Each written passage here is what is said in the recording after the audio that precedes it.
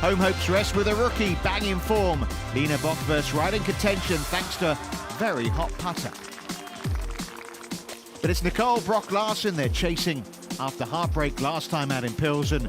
The Dane has given the chance of a perfect pick-me-up. So it's Larsen by one from South African Ashley Simon, who posted a best of the week 65 on day 2. Rookie of the year, Nana Madsen, right in the mix. And a word for Olivia Cowan, who's making just her second Ladies European Tour start. Hello and a very good afternoon to you. Welcome to day 3 of the Helsingborg Open. I'm Richard Kaufman alongside Ladies European Tour player Alison Whitaker. The weather plays a big part here, Alison. So far today we've had a bit of everything, haven't we? We have. It's been an absolute mixed bag. We've had torrential downpour, we've had sunshine, we've had no wind, we've had lots of wind. And you know what, this golf course, it's receptive to the rain, and the girls will have to take that into account when choosing their clubs going into the greens. Certainly feels a little colder than the 16 degrees you can see there. The wind, well, it could get up to 30 miles an hour today. They're saying 35 miles an hour tomorrow. So that's going to be a significant factor, isn't it? Thunderstorm chances have decreased, thankfully, though. You know what, and that's great, because when you have the delays, and it can really ruin your momentum, especially on a final round like tomorrow and a moving day like today. Yeah, it's going to be interesting to see how things pan out, of course. Nicole Brock Larsen, interesting to see how she started. Well, let's see how she's done, and a few of the others with some of the early action.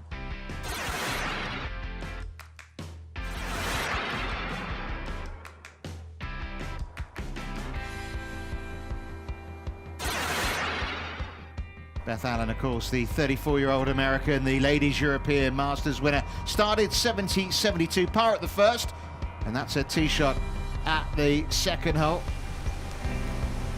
It is their kind of weather, isn't it? But this was for birdie, and she did it. She made a birdie at 3 as well, but a double bogey at 7. Allen back at 4 under par. Olivia Cowan, how about this for a great save at the first for par. She's moved to 6 under par now as well.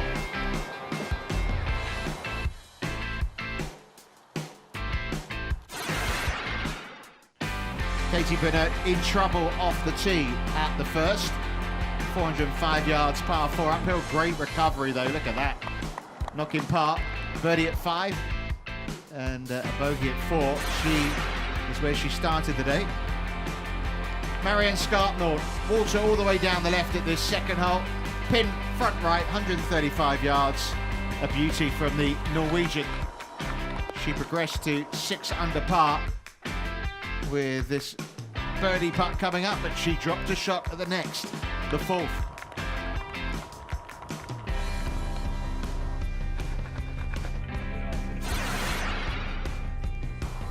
Well, you might expect some nerves for Lena Bockhorst in the final group with Larsen, Ashley Simon. And unfortunately, despite this terrific shot not being her day, bogey at the par 5 third. She's just had a triple bogey at the 5th. 9 birdies in a 65 yesterday for Ashley Simon.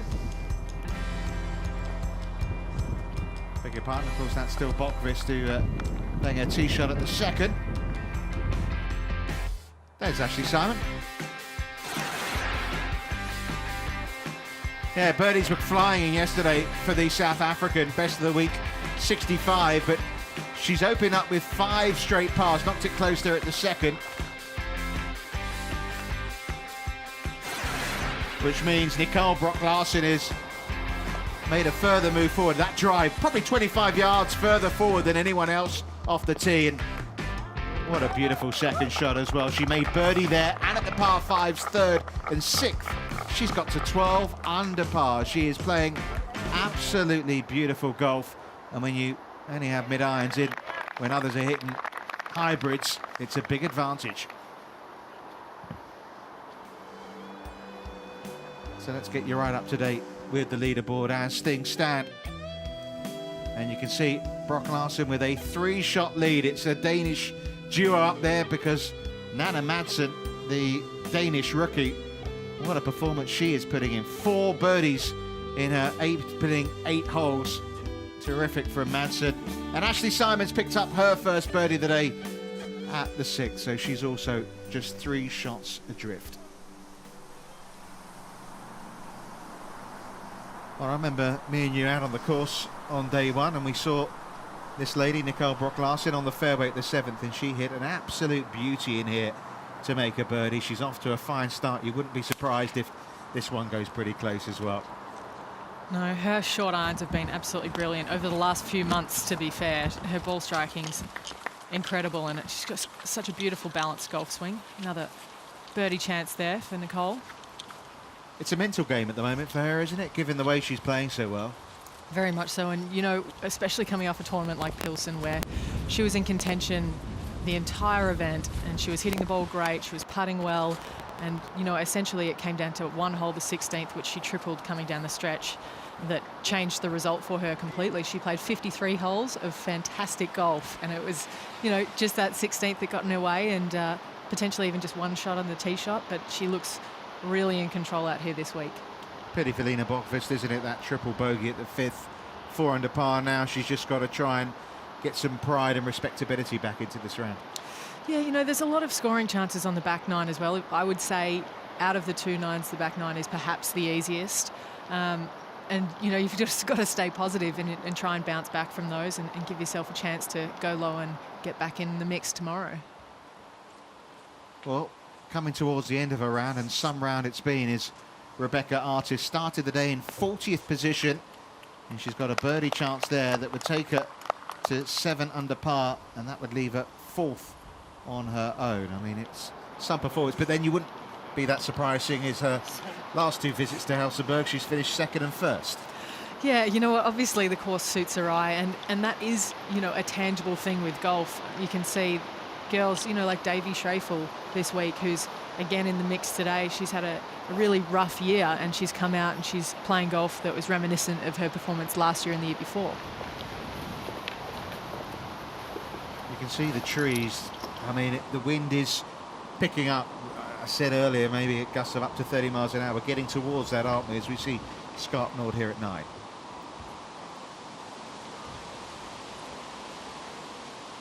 Interesting tee shot here on the 9th. As you can see those trees in the picture, if you go too far right with your drive, that actually blocks out your angle to the pin. However, pin is on the front left today, and I don't think it will interfere with her golf shot too much.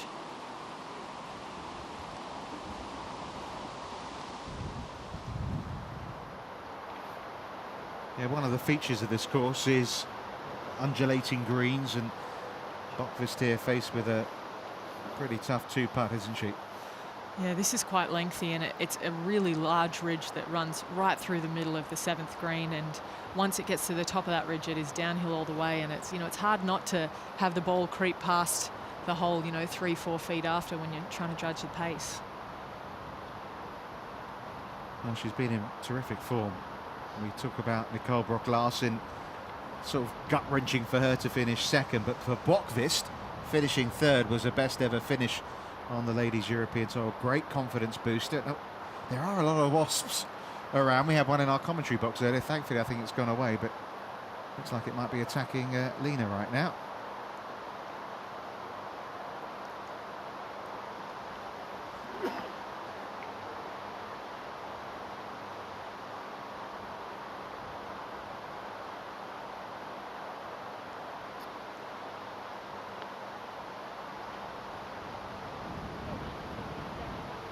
Never, ever going to get there. And her trials and tribulations continue, and just needs something, doesn't she, to get herself out of this little rut. I mean, she was saying over the first 2 days, well, she said a putter was her best friend on day 1, and it was even better on day 2. She only had 23 putts yesterday, but obviously today's a different story. You know, isn't that just the greatest and the worst thing about golf? You can have so much confidence in something, and it can be completely absent the next day, and you know, she'll have to really wrestle with her mental side of golf to get that putter going again on the back 9. Well, this to get 7 under par for the day and the tournament for Rebecca Artis. Obviously a winner as well pretty recently at the Scottish Open.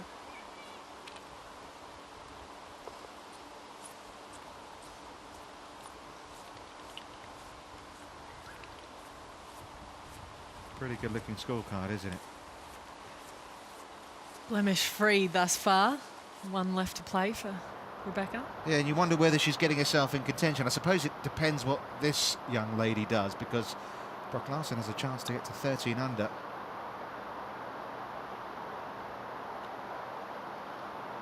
Mentioned how she birdied this hole on day one. That was a very similar putt to a very similar pin position, so kind of felt she was going to pop that one in, but just a part.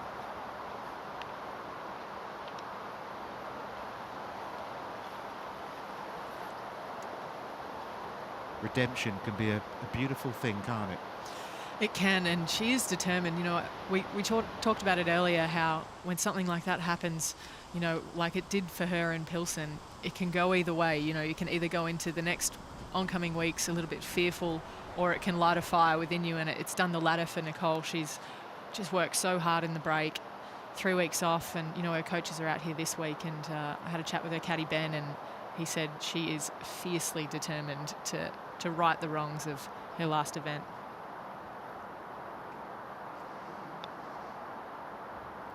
Well, not your best friend anymore, I'm afraid, Lena. 23 putts she had yesterday. That was 15 less than Caroline Headwall. And obviously, Headwall, the only Solheim Cup player who's in the field this week, not with us this weekend, although we saw her. She's here practicing, obviously getting ready for Evian next week. Yeah, Caroline's a really hard worker, and especially being so close to where she grew up, she won't miss the opportunity to have her coaches out there and potentially, you know, work on a few areas that were amiss this week. Well, the putting green might be a good place to start.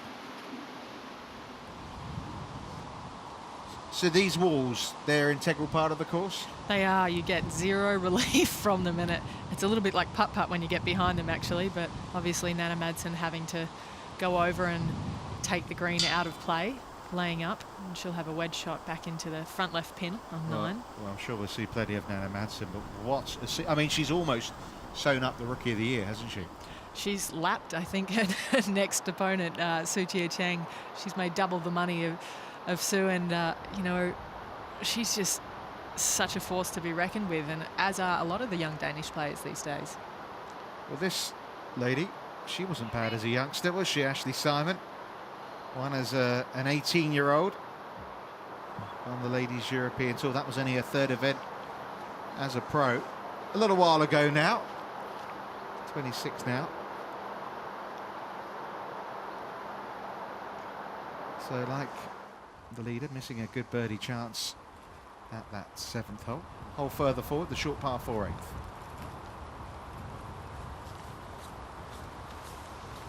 We're going to see this hole in a minute. It's a good watch, isn't it? It is. You know, I always talk about what hole I would go and sit on if I was, you know, out watching, and I would sit on the 8th green because, you know, it's a short par 4, 260 yards, and quite the risk reward. A little bit of work for Simon and Larson. No problem.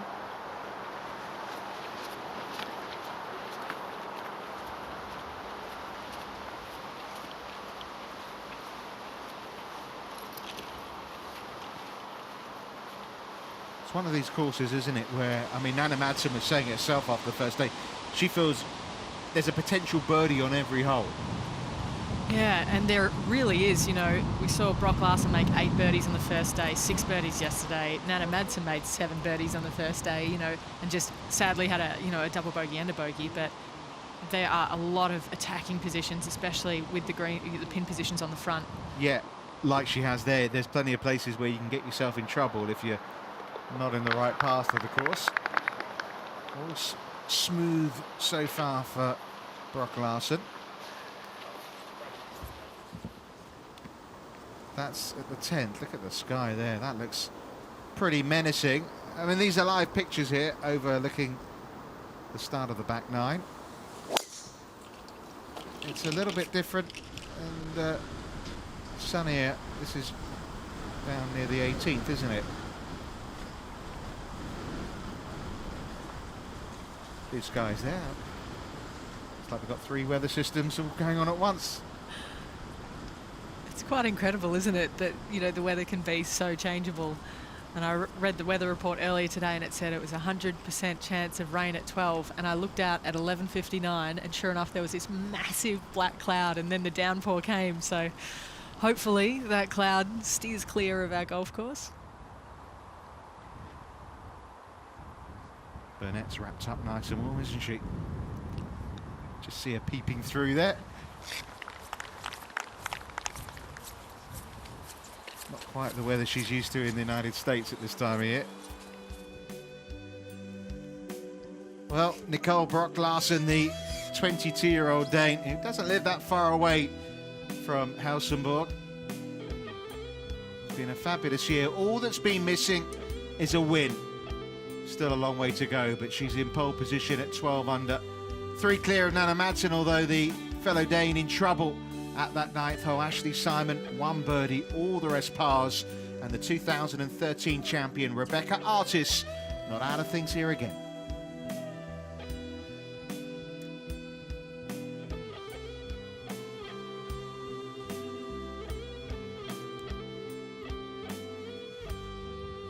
Looking forward to watching Olivia Cowan in action. It's been a very good front 9 for her, very steady, no drop shots. Very impressive. Yeah, it's interesting. She plays out at St Leon Rott, obviously the venue of the Solheim Cup, which is coming up in 2 weeks, and a lot of excitement, you know, in that region of the world, and no doubt she'll be excited to be here this week. Yeah, she's going very well on the Letters Tour, the Access Tours, and Anne van Dam you saw there with a 68. She won last week in Sweden on the Access Tour. 2nd tier. So just an iron for Brock-Larsen, and why not? Because she used an iron off the tee Thursday and Friday, wedged in, very close, and made birdies. Yeah, I think Nicole's course management strategy is a little bit different here this week than it potentially was in Pilsen. She was a little bit more aggressive in Pilsen, and I think maybe just laying back and trying not to force the issue out there this week at Wassertorp is really important, because as you said earlier, there's really attackable pin positions, but you do get punished if you miss them. But 3 clear, I mean, why take the driver? 3 behind Sunday, maybe a different story. Yeah, I guess it's just really, you know, dependent on whether you're in control of your wedge game as well, and then do you want to get it up close to the green, or do you want to lay back with a full shot? Whereas Lena Bokvist, she needs something to happen, doesn't she? So, different strategy. Yeah, she'll be hitting it out the line on this hole with fairway woods out towards that white flag, and that looks like it might be headed left.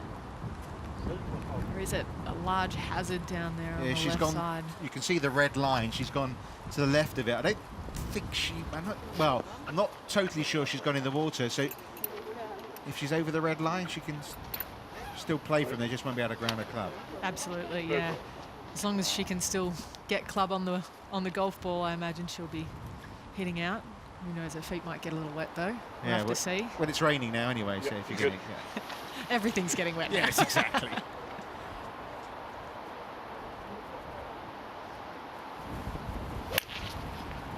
Started that one a little further right, didn't she, Ashley Simon?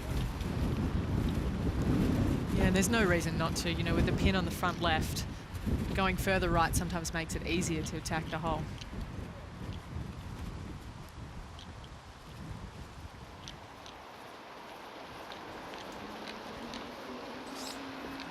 Those dark clouds have performed, haven't they? Tracking it down again in Helsingborg. Interesting seeing the Danes up there. You know, Madsen's up there, of course, Brock-Larsen's leading, Malena Jorgensen. The Danish Federation came here in April and did some practicing. They came here for a couple of rounds. So these players, like Madsen, for example, watching here, even though she's a rookie, she's played this course quite a bit. Obviously has helped, but she's going to do well to avoid a double here. You can see that ball just checking up on the fringe, and the grass around the greens is actually quite grabby here this week. There's a mix of bent cross and power on the greens, and sometimes, you know, when that grows out, it gets a little sticky and it can grab the club or the golf ball like we just saw. Worth pointing out, this course was very wet when the players arrived, so it won't take long if there's a heavy downpour for some puddles to start emerging. I know the greenkeeping staff have got squeegees at the ready. Yeah, and you know what? The greens here actually, well, they drain quite well because there are, as you said earlier, a lot of undulations. So it's not so much the greens that I personally would worry about as the fairways and, you know, the slopes that all the water can collect in before you get to the green. I'd rather be sitting here than there. At least they came prepared. True. Yeah, I think the weather now, compared to how it might be in a couple of months, tropical. He's not even sure if it's raining. He's just put his hand out. Yeah, it's raining. Yeah. Can she get away with a bogey?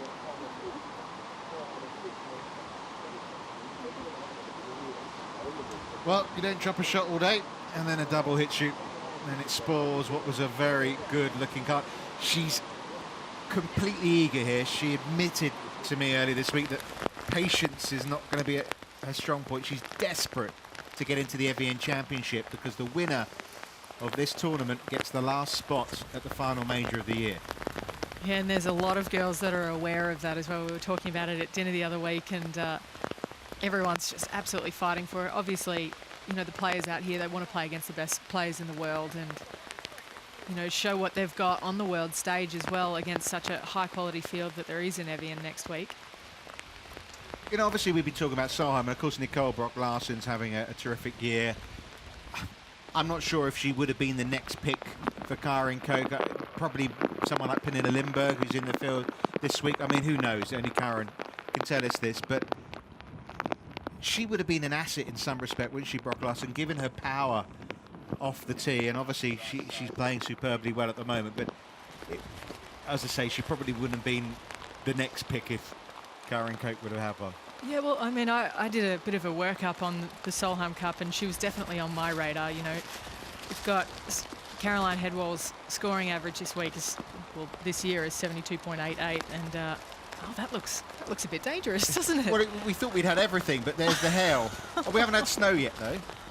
Well, you know, as I was saying, Nicole Brock-Larsen, her scoring average is 72.36 this year, and it's half a shot lower than Caroline's, and she just looks completely in control of her game. And when you go into a Solheim Cup, I think you want to have someone that feels like they've earned their position on the team, and I feel like Nicole is that person this year, whereas Caroline Headwall is aware of the year that she's having, you know, perhaps all too much. Where the only thing I would say to that is Caroline, 7 points won in 9 matches, or 7.5 points won in 9 matches. Brock-Larsen would have been a rookie. Shame, Rebecca Artis, birdie chances at 17 and 18. She's going to have to settle for a 6 under par, 67. Very good round. Just wonder whether it's enough to really get her into a shot at the title tomorrow.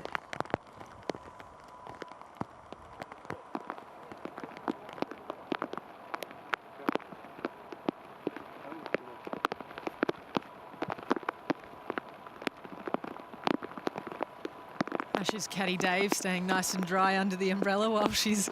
I hope he's going to move. I think he is. Thanks, Dave.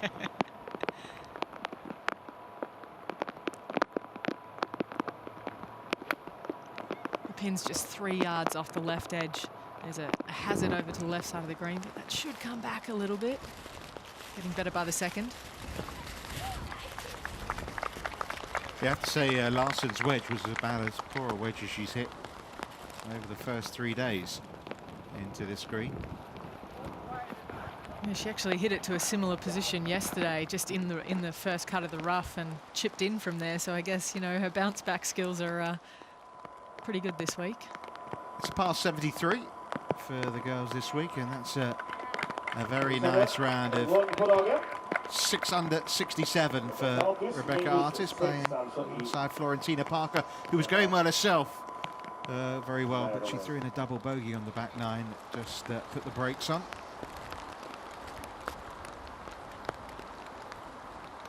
So it looks like she is going to be playing this from inside the hazard line. She's got pretty fortunate, really, with a lie there.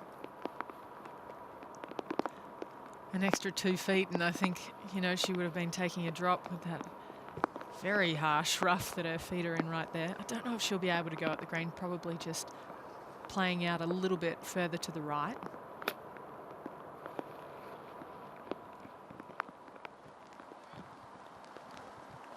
Smart play there from Lena Bokvist. She'll have that for birdie. Yeah, some players going well. We saw Rebecca Artis finish. Camilla Lennett's been going well out there. Minia Blomqvist was going well earlier on today, out in 31, but she had a treble bogey at 13. And there's our first look at Olivia Cowan, and that's a pretty good one into the par 5 10th.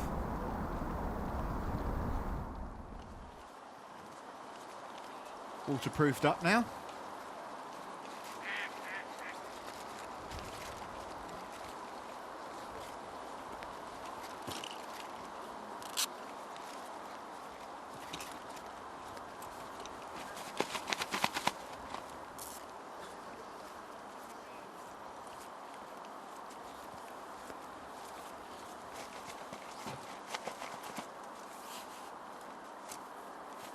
Yeah, the flag's been in, I think, the same spot every day. Yeah, it was eight yards on, 3 from the left the first day, 9 yards on, 3 from the left yesterday and today. So, you know, I think potentially they're just looking at other areas of the green, maybe thinking there's a little bit too much slope. There's a massive ridge towards the back left half of this green, and it's got quite a little bit of slope in it. So.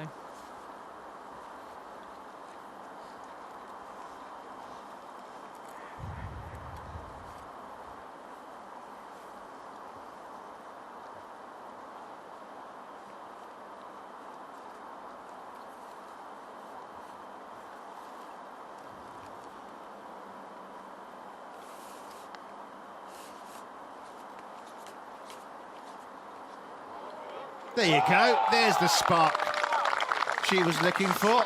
Maybe she can kick on from there. Not a bad up and down out of the hazard. I tell you what, I'd take it. That was a great putt. That had so much, that had at least 3 feet of slope in it. Best friend again.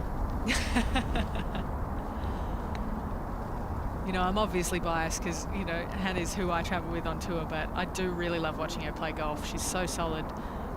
Tee to green, and then obviously had a couple of troubles with her putter for the first kind of 5 or 6 months of this year, and then it was just like, the clouds opened and the breakthrough came in Pilsen.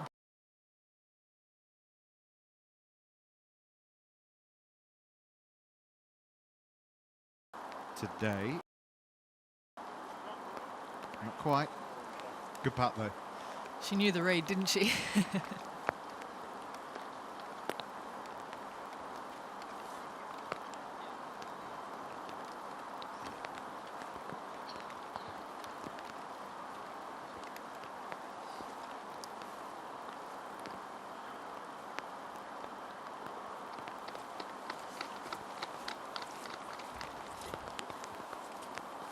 It's a huge weekend, isn't it, for her?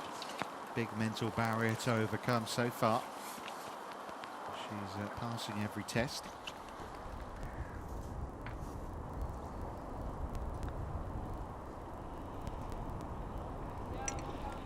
Beautiful putt there from Davy Claire Schrafel.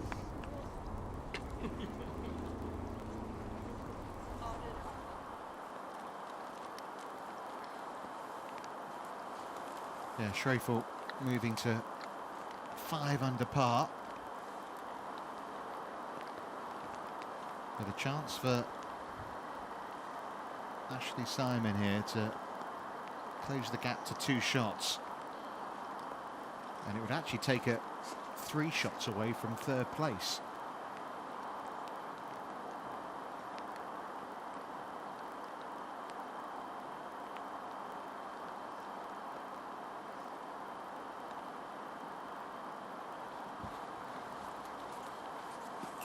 Only birdie of the day coming with a 2-putt birdie at the par 5-6. So it's been a little bit of a frustrating day on the green so far for Ashley Simon.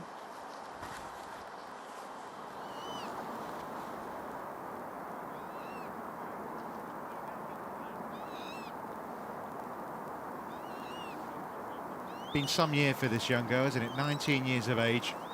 She won the Spanish and the Portuguese Amateur Championship. She won twice as an amateur on the Axis Tour, and she's won as a professional as well on the Access Tour. She's the #1 on that. And here she is, first Ladies European Tour event of the season, challenging for the title. Yeah, we've seen a lot of players come through off the lettuce events, and you know, Marta Sands Barrio, who's obviously been in the mix, Nicole Brock-Larsen amongst a few of them. I think it's a really great platform to, you know, learn the pressures of tournament golf.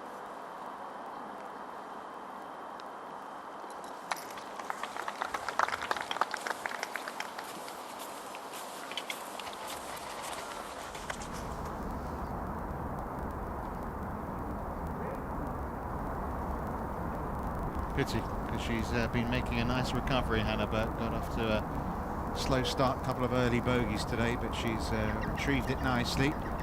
And I suppose you can have a different philosophy, can't you? You can see she's smiling even though she's missed it there. You know, I've got that tournament win now under my belt. Yeah, I think it's been a cloud that's hung over Han's head for quite a while. At least, you know, a year or two she's been playing good enough golf to be competitive. And it's nice to see her break through and, you know, work through the troubles that she was having in the first part of this year. Let's see Felicity Johnson going along nicely, 6 under par. 3 birdies since dropping a shot at the first, and Beth Allen pops it in. Still got Sophie Gustafsson caddying for her.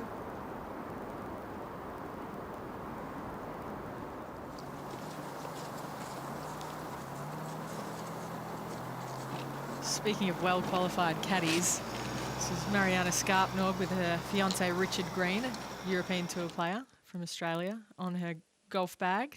Yeah, we've got a few European Tour players out on the course caddying today. Of course, Camilla Lennert's got Christopher Broberg on the bag as well.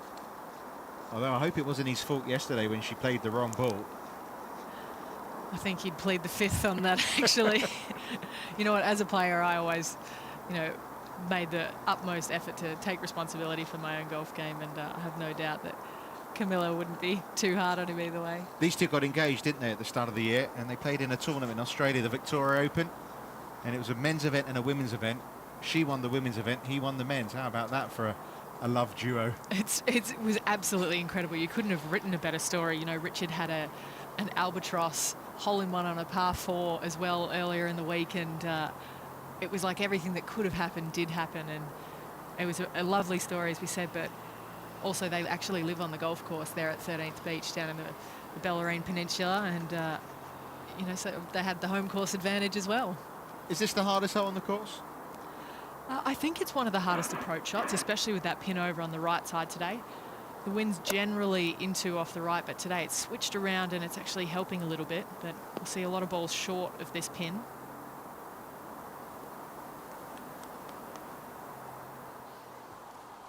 Well, let's see if that birdie has given her the boost that she craved. Maybe she can settle down now, Lena Bokvist. Leading Swede at the start of the day. You can hear she's got a lot of support.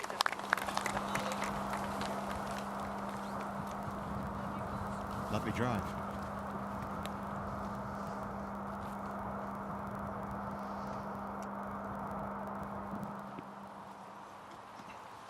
You played in this event, didn't you, the last 2 years? I did, and this is one of my favourite golf courses in the world, actually. I really loved playing this course.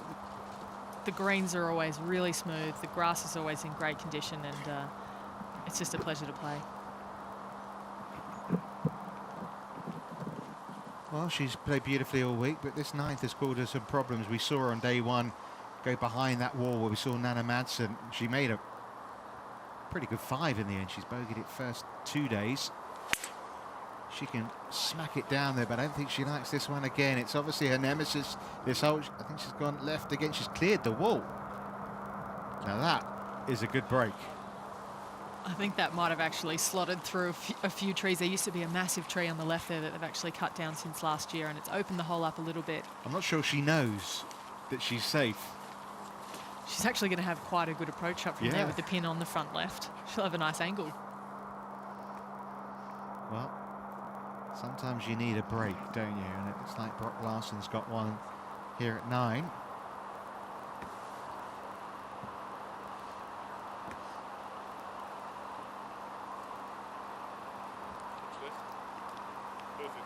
Ash Simon's 4th event on the LET this year.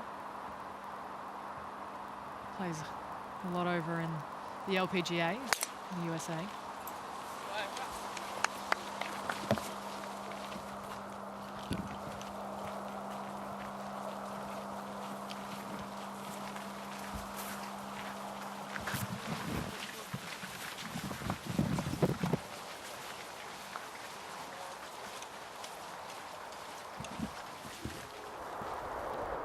Never nice to start the day with a double bogey. Marlene Jorgensen did it. Liz Young did it. Louise Freiberg started with a treble, but Jorgensen, you've got to give her credit. Bounce back birdies at 4 and 5, and she's played a nice one in there as well. Another one who's looking for a Ladies European Tour breakthrough. Had a couple of second place finishes last year.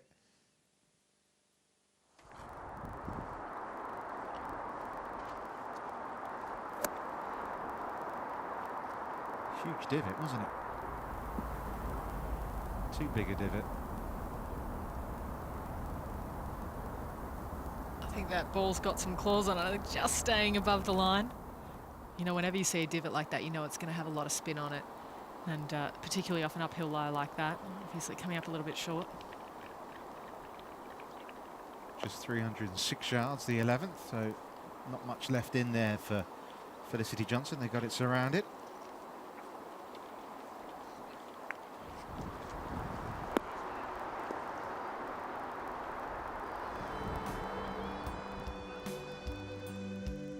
Well, what a nice break that was for Nana Madsen. I should say for Nicole Brock-Larsen.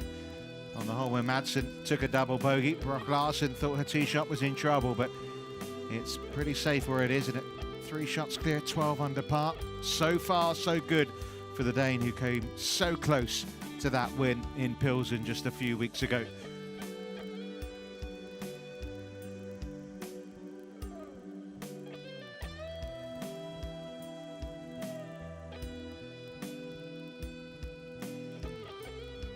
The defending champion there, Davy Claire Schrafel.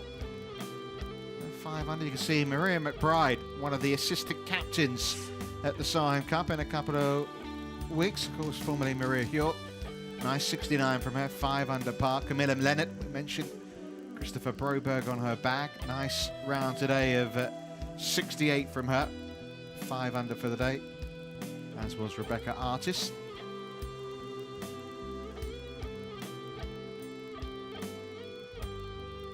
See 4 under par leading the way as far as the Swedes are concerned. Rebecca Sorensen close to home. Julia Sergas, of course, teed it up in Colorado with the victorious European 12 at the last Solheim. A couple of wins last season for Kylie Walker. She was going very well after the first round, not being able to push on from there. Pernille Lindberg, good first day, just took a couple of steps back yesterday, just outside the top 20.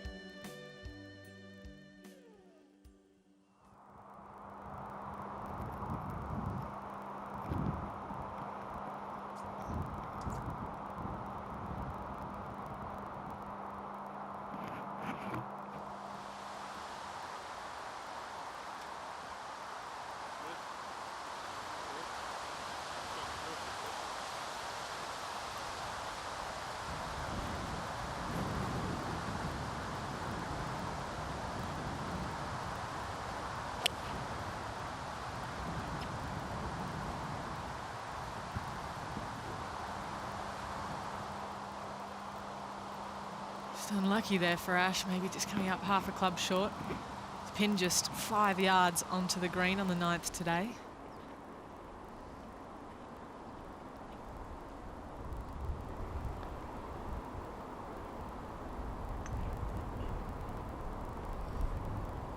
Agonising, she says.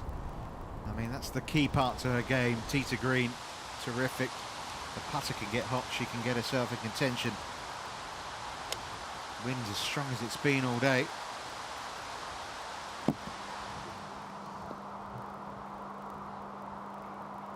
Another one that will look good in the air. Yeah, you know, the wind has actually switched around completely from the previous 2 days. North-northwesterly today, and it's generally a southerly.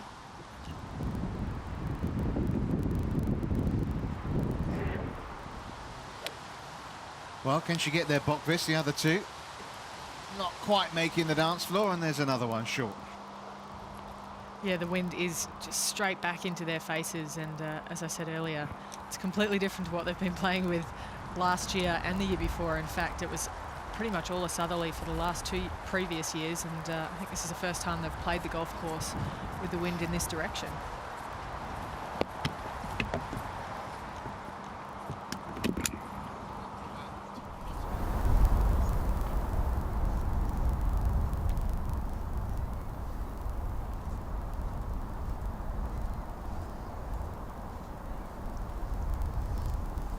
Now that's a huge misjudgment, isn't it?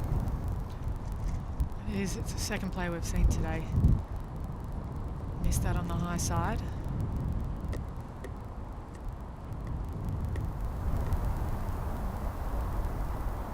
Joanna Clatton, who was actually leading at one point yesterday when she put a tee shot in the water at 13. Go! Yes. Gets her to 5 under. In fact, she's played the 6th hole this week in 5 under. She's had 2 eagles and a birdie at that hole. Wilkinson for birdie 2.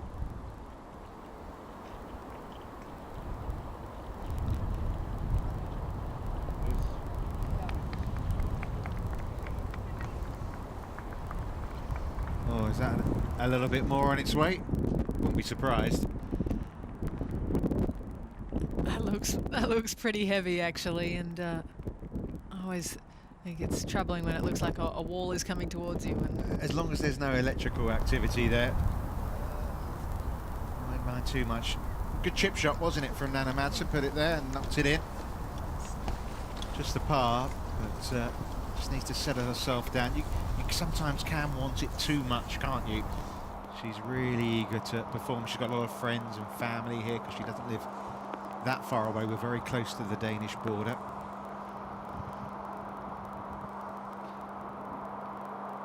But I did mention we hope there wasn't any electrical activity. I'm afraid there has been heard the odd rumble of thunder in the distance, so that's not good news, is it?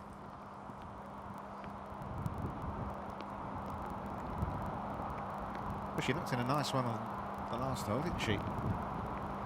you know what? Maybe she needs to miss the green to make a putt. It's an interesting play, though, seeing someone take putter from so far away from the green. It's just testament to how sticky the grass is around the fringe this week. It's not entirely receptive to wedge shots in particular, where the front edge can get stuck in the grass. But it's the kind of course, I mean, we've got Nicole Brock-Larsen here leading. This is for birdie to stretch her advantage. It's a course that you wouldn't necessarily expect to see a surprise winner, would you? No, this course is very favourable to someone with an all-round golf game. You know, you can have a day out on this golf course, yes, but essentially it really does sort out the wheat from the chaff in that regard. You need to be a good ball striker, you need to make putts, and you need to be in control of your wedge play.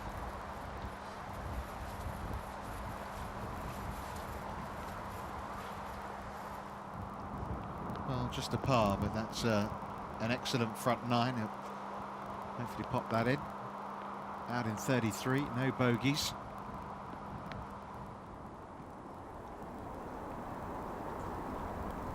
You're a good friend of her, you know that's Beth, haven't you?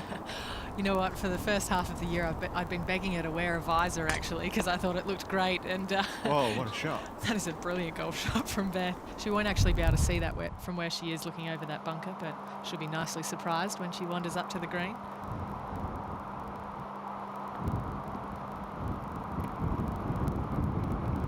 Just not holding anything, Ashley Simon. Sticking around, though.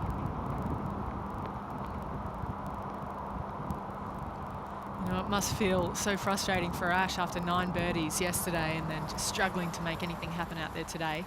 It's hard not to try and force the issue and get ahead of yourself.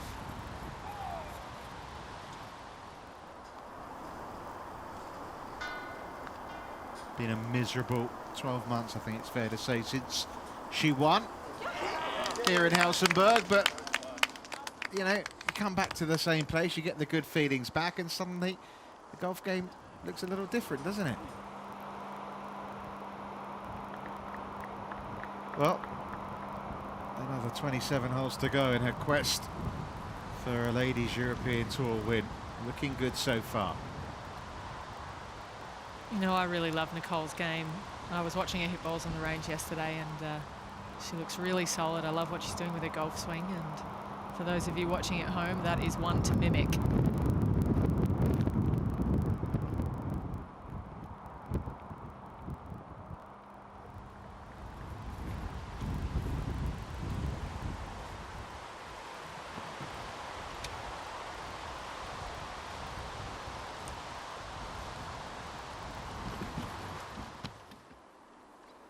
Now, Olivia Cowan. I just got an email from Uncle Barry. Now, to those of you who don't know who Uncle Barry is, Barry Cowan was an English tennis player who's actually in New York right now, commentating on TV at Flushing Meadows for the US Open. So I don't think he's watching Olivia right now, but he said to say hi to her. It's his niece. Barry actually took Pete Sampras once to 5 sets on centre court at Wimbledon. Olivia got a bit of living up to do in the family. Barry's brother is a golf pro in Kaiserslautern. He's been there for 20 years, so even though she's got an English dad, she very much goes under the flag of Germany, does Olivia.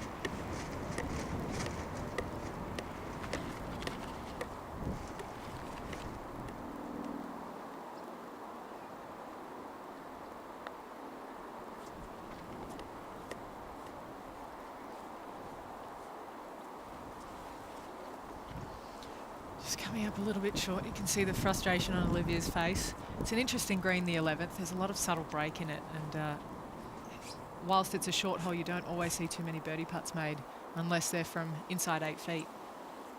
Yeah, like Ashley Simon, not making any mistakes, Olivia Cowan, and just not making enough birdies. Just the one on the card so far today.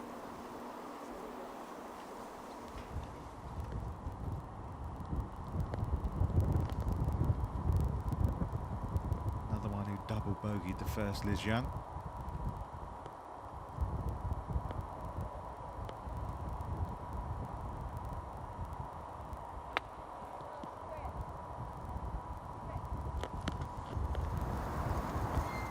Decent birdie look here.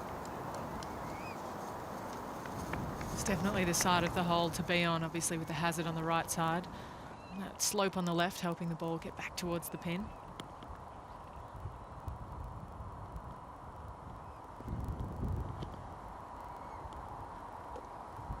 Katie Burnett, one of those who'll be teeing it up at Evian next week.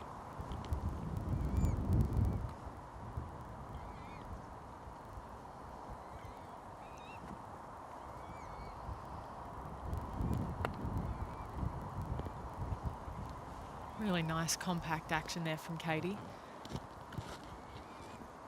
Good distance control. Just perhaps a little unlucky that that didn't come back further. There's a ridge around the back and the side of this pin position here on 10 today. Yeah, we've seen the girls come through the first 9 holes and now on the back 9. The 2 9s are quite different in look, aren't they? They are, you know, and obviously the front 9 with a bit more of a parkland look, and then it's opened up to the wind on the back 9 as well. When we see that kick on perhaps a little later today and maybe even tomorrow afternoon, it'll make for some interesting finishing holes, that's for sure.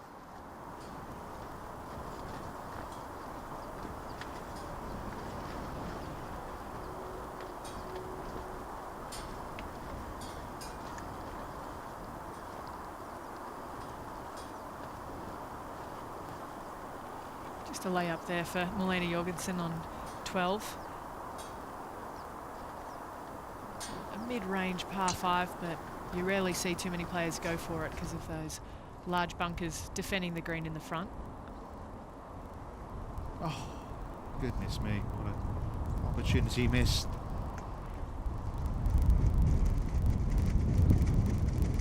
Yeah, a little shake of the head from Beth Allen. You can see why. So I take it as an American with a Solheim Cup assistant captain and a Solheim Cup legend for Europe on the bag. Her loyalties are fairly split, Beth Adams. Yeah, I asked her if she was actually going to come to the Solheim Cup, and she said it's the most conflicting week of the year for her, for every 2 years, really. She said she didn't know what to do about it, so I think she'll just support both teams from home.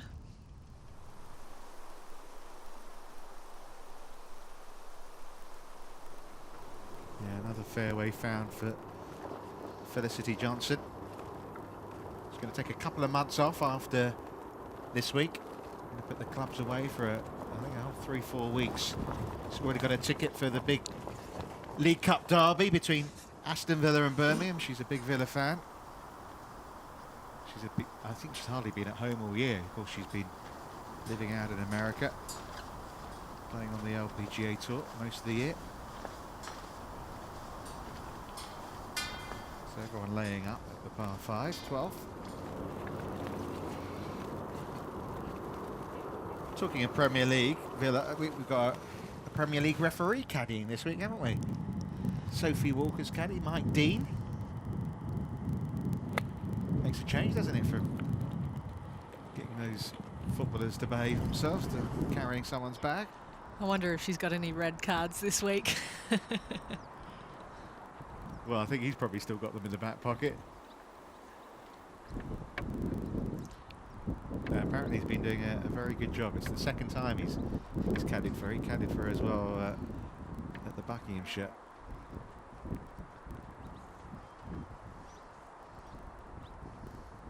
Yeah, that's a good angle, isn't it, to see what Nana Madsen can see, which is not that much. No, just the tip of the flag stick there, and if she'd been another yard or two to the right, she'd be completely blind coming into this approach shot. Just a wedge in for the girls on 11 today. This for birdie.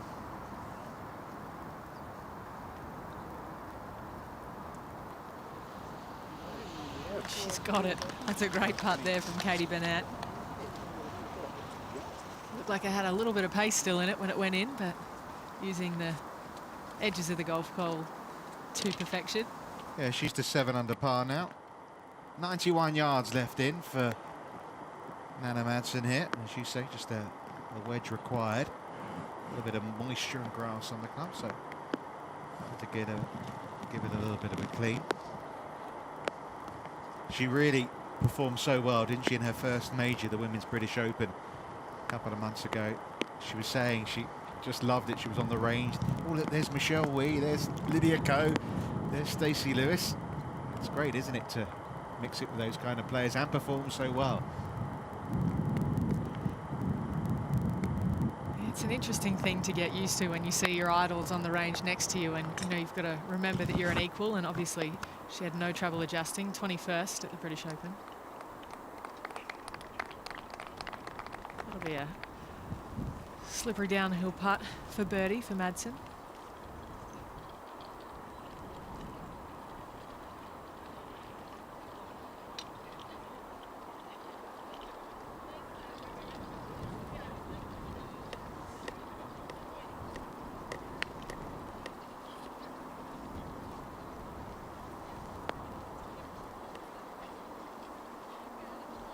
Interesting that didn't come back a little bit, especially with the wind the way it is, a little into them off the right on that approach shot.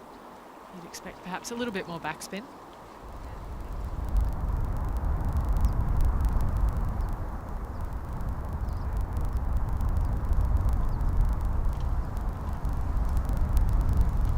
Yet to see a putt made from that left side of the pin. That is the more favourable of the two sides of the pin. Yet we haven't seen a putt drop from over there. Liz Young will tap in for par on the 10th hole. Match 20. Hole 10. 5, 5, 4. So she led after day 1, and she led after day 2. She's still there. Of course, we had a wire-to-wire winner a year ago. She's tied for 5th right now. Davy Clare Straightful.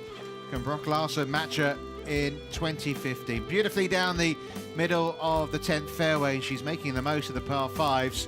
Brock Larson looking to stretch a lead. Currently, it's a 3-shot advantage.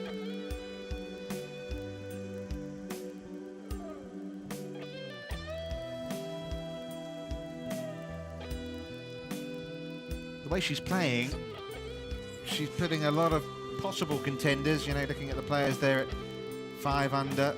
Rebecca Artis, Camilla Dennett, of course, winners on the Ladies European Tour.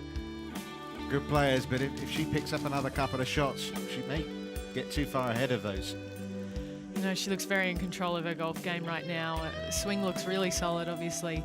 Not holding too many putts today, but when you're hitting it that close all the time, they're bound to drop eventually, and the chasing pack will have a lot of work to do to catch her if she keeps up this kind of golf. Beth Allen had a chance to get into that group at 6 under at the 11th. She'll be kicking herself at that. Liz Young missing out on that chance at 10, also in that group at -5. Nora Tamminen, been a good few months, hasn't it, for the Finn? She's been consistently inside the top 20 and finished 5th, didn't she, in Pilsen just a few weeks ago. And another good display from her so far this week.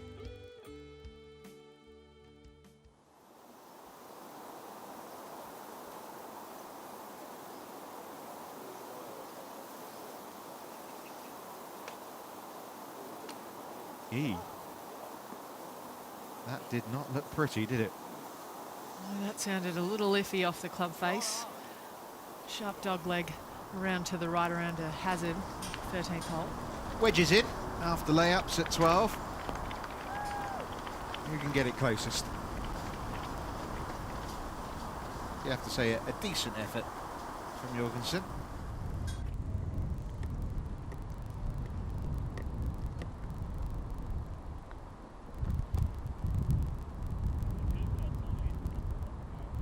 Lovely try from Scarpnell.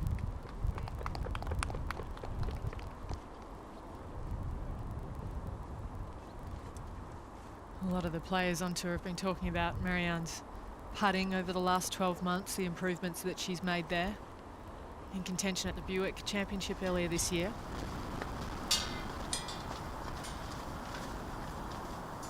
You'd expect this one close, wouldn't you?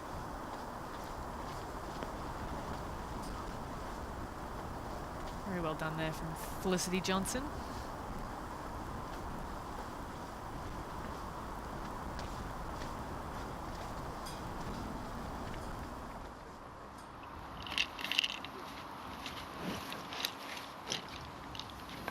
And a struggle of a front line from Lena Bokvist.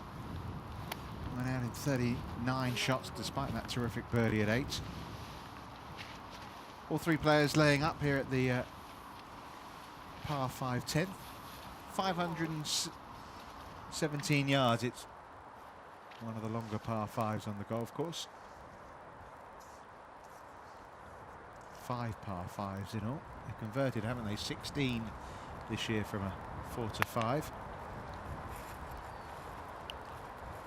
That looked a little thin to me, but I think she's got away with it. Finding the back portion of the green, hand coming off the club.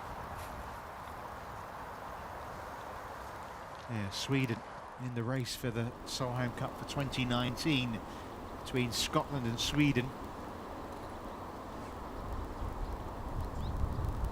I think it's Glen Eagles against Brahoff, where they played the Nordea Masters a few months back. Of course, they've had a few Solheims in Sweden recently, and of course the Ryder Cup was at Glen Eagles recently, so it's going to be a tough decision, isn't it, for those choosing the venue for the next home Solheim Cup. Of course, we'll be at St. Leonrod in Germany in a couple of weeks' time.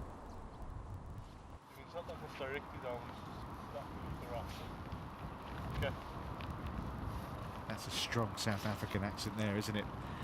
It is. Dave is actually pretty good on a braai, as they say over there as well. He's an accomplished barbecuer, and I always laugh when he says it.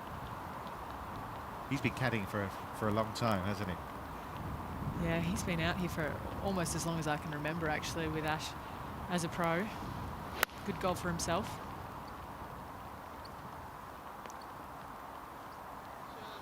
Well, she's not been making many putts today, but there is a golden chance. Lovely shot. Trying to close the gap, trying to put a bit of pressure on the leader, Nicole Brock-Larsen.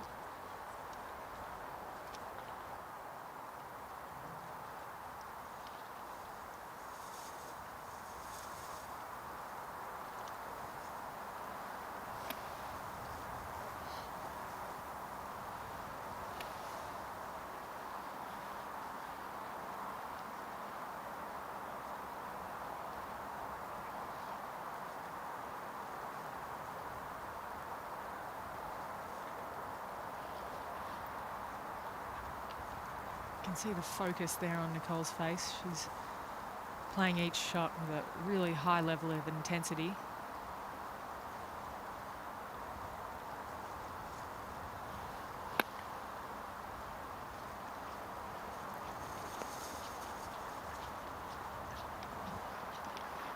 Not quite sure how that one didn't check up. It looked as though she struck it okay. A little perplexed herself, perhaps.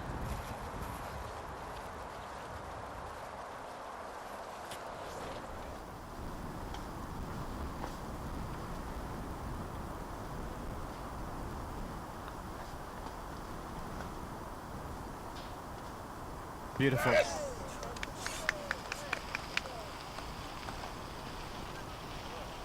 Not had the season she was hoping for. Of course, last year, with those couple of second places, it was an excellent year, apart from not getting the win. But nothing really to report so far in 2015 for Jorgensen, but putting in a good show here.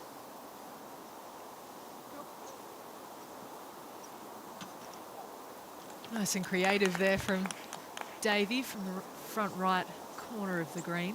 She's got a fantastic short game, and you know, a lot of girls would say that she could get up and down out of her own pocket.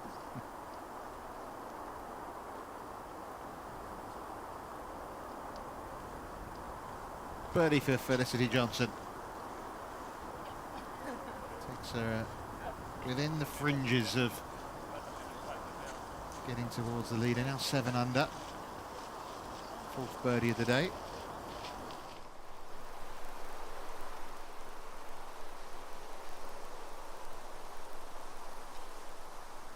Outside chances only for Bokvist and Larsen.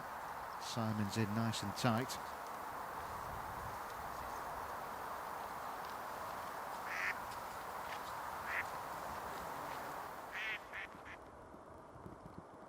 Over to the 11th, Katie Burnett, second shot. Trust your yardages. That's what you got to do on those sort of shots. It's true, you've got to kind of walk up over the bunker and pick something to aim at past the flag and walk back and hope you picked right.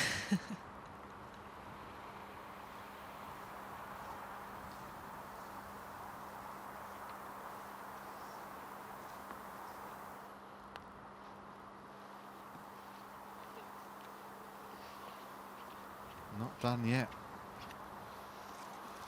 Trying to force things, isn't she? You can understand why, given the start that she's had today.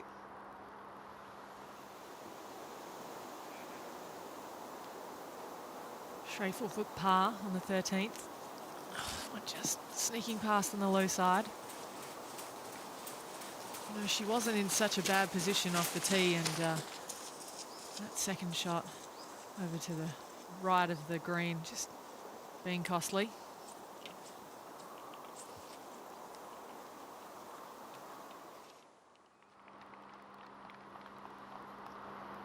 Those big fat grips, they've become commonplace now, haven't they?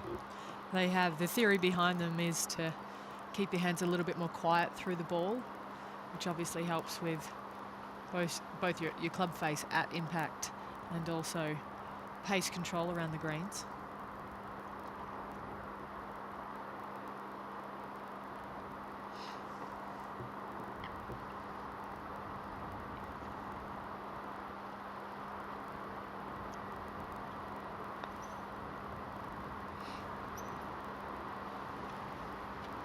Didn't quite sound like that was a properly struck putt. It's a little off the toe. Well, she doesn't miss out too often on the par 5s, Nicole Brock-Larsen, but she has done this time at 10.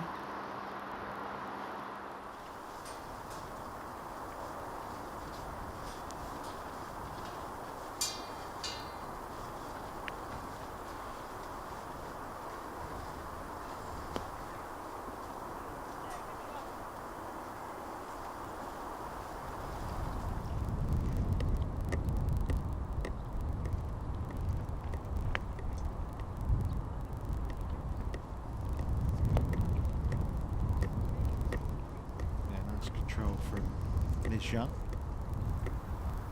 Bogey, I'm afraid, for Bokvist.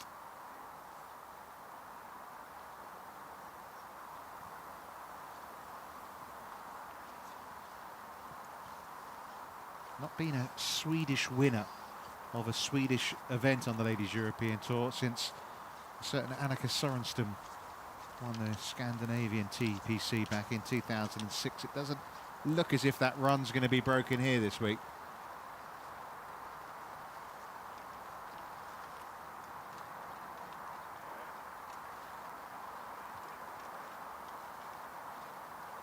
Ash Simon for birdie. Should move a little left to right.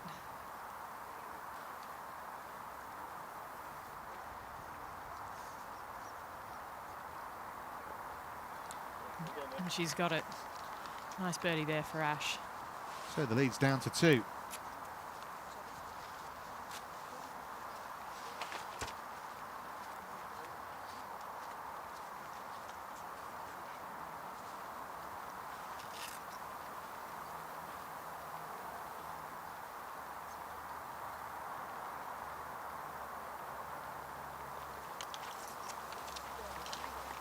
Tap in par for Nicole. You can see the frustration hitting the putter face there. You know, what she doesn't know is she's actually one of the lowest scores out on the golf course so far today. Obviously a few good scores in the clubhouse, but 3 under is the best score on the golf course inside the top 20 currently.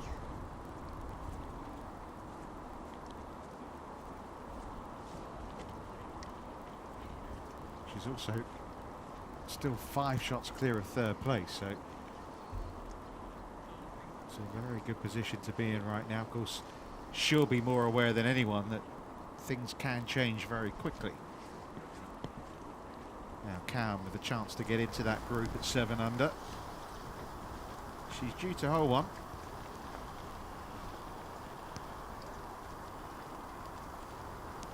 Two of her wins this year have come in Sweden.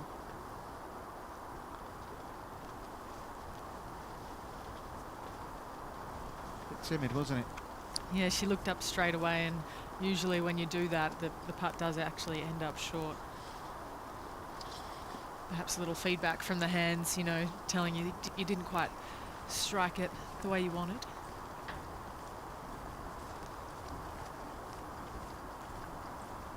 There's some good youngsters coming through in Germany, isn't there? She's certainly one of them. 2 Germans are going to be in the Solheim Cup team. I think that's a first, isn't it? I think so, actually. I know that Caroline Masson and Sandra Gale have never been on the Solheim Cup team together, so it'll be good for them to have so much support from the home crowd. Well, Liz Young said the weather's been horrible back home in England, and what she's been doing more than anything is she's got this mat, this special putting mat she's put in her lounge, and she's been practicing very hard on her putting. She's been watching the PGA Tour, and she noticed how players like McIlroy and Spieth, they stand a little closer to the ball, so she's changed her stance a little. Seeing results like that putt go in there, practice makes perfect. You know, I always think it's a nice place to actually practice where you're isolated and you can really just hone in on your technique. Sometimes it's a little hard to do that on the golf course and, you know, on a practice putting green where you have, you know, a target in play.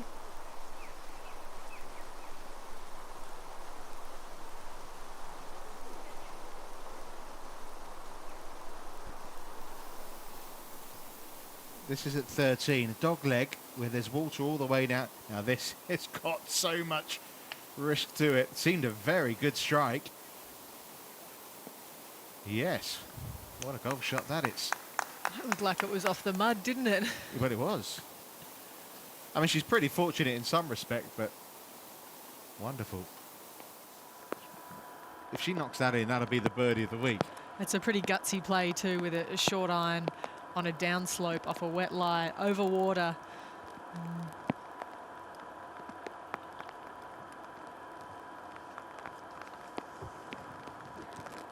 Dog right, leg right, this 11th hole. Couple of bunkers down the right, couple down the left-hand side as well, as you can see.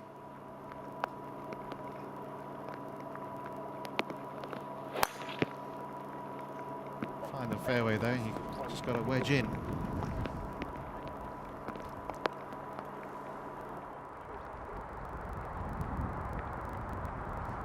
Well, she didn't find the fairway, but she still got a wedge in. It looks like a decent lie as well for Ash. She should be able to see the pin from there.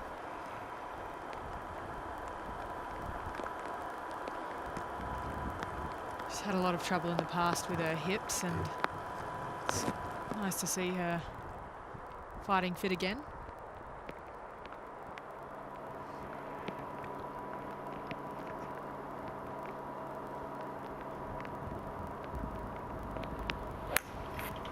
One of those holes where if Brock Larson wanted to be aggressive, she probably could get quite close to the green here if she wanted to take it on, but obviously given her situation, there's no point putting herself in that kind of risk.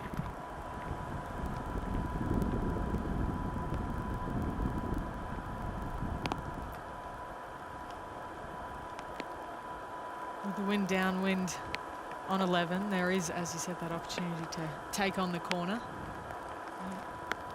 I don't know if there's any reason for her to force the issue right now. She's doing well with fairways and greens. Yeah, stick to the formula.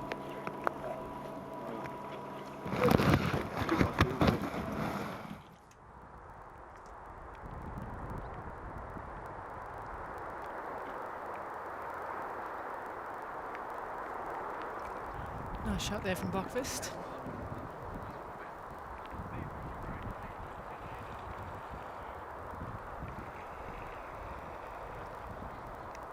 Johnson for birdie.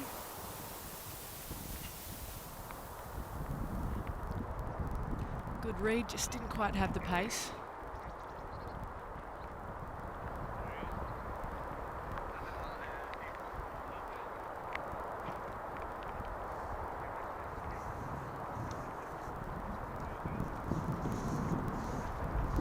Plays a lot of her golf out of Hales Owen Golf Club in Birmingham.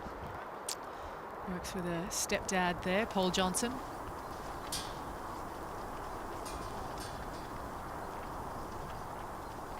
.481 yards, and obviously Clatton feels she maybe can get there here. Number one in driving distance on the LPGA this year, and she's a lengthy player. And that's a brilliant golf shot. I think that's the first person we've seen get anywhere near the green on 12. Setting up a nice little eagle putt. Jorgensen to try and get into third spot on her own. This would be, oh shame, I was going to say what some birdie. Still a good par though, given the tee shot.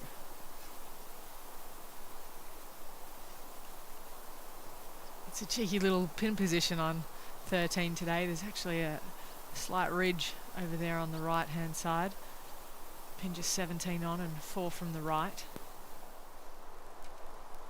But it gets a little nasty when the pin position's over on the left, because it was about 3 steps, isn't there, from the edge of the green to the hazard. So Nicole Brock Larson out in front, but a lead thanks to Ashley Simon's second birdie of the day is down to 2. 4 players at 7 under par, with the teenage German Olivia Cowan back at 6 under.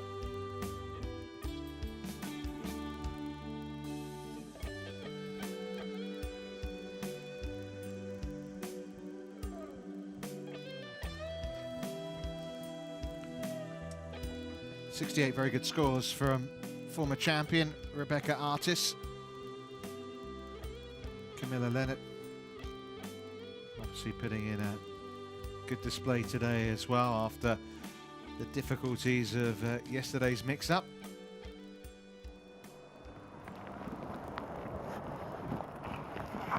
Well, the red dot that you saw there says 87 yards to the front of the green. Flag on, 12 paces.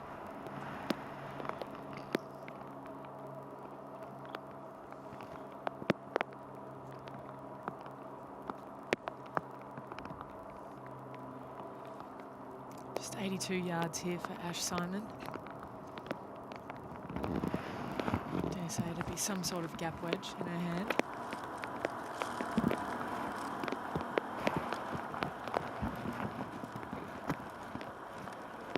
Good result.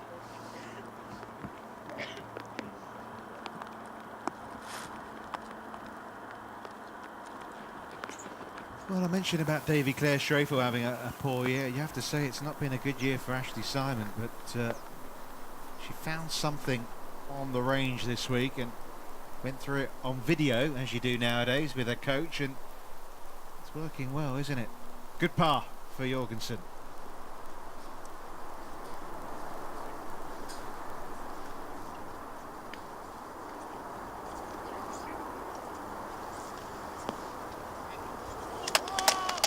Oh, that was close.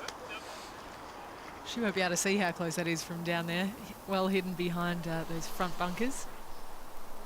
Yeah, but it's going to be another step forward, isn't it, for Marianne Skarpnord.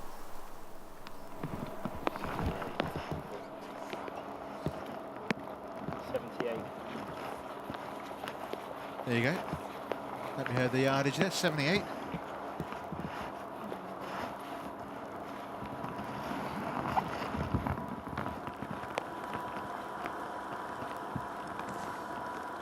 The last few wedges haven't actually been the best, have they? She had one in at 10 where she flew the fag by about 20 feet. The one at 8 came up short.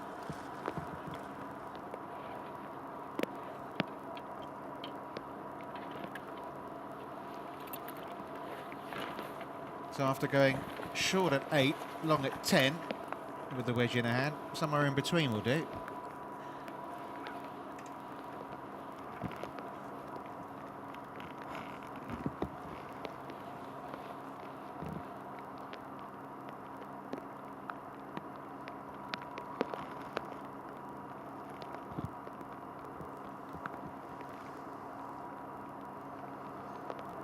Really nice setup by Nicole, as you can see there. Textbook. She's calling for it to go. She'll have a good look at birdie from there.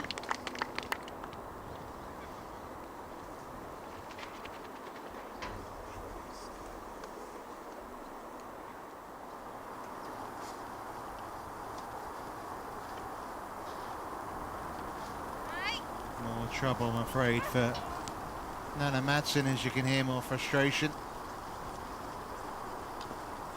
Sand gets wet as well, causes its own difficulties. Eagle, putt for Clatton, get there.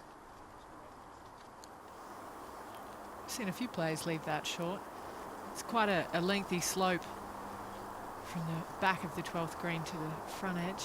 Players perhaps giving it a little bit too much credit. Beth Allen on 13.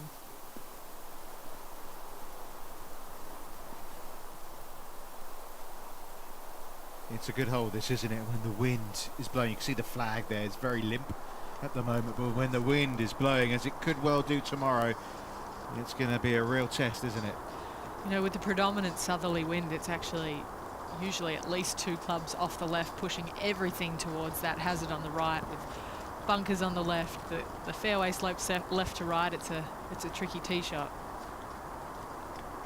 Well, good chip and putt in the end, but just the par for Madsen. Made such a good start, and just looks like that double bogey at 9 just took the wind out of her sails.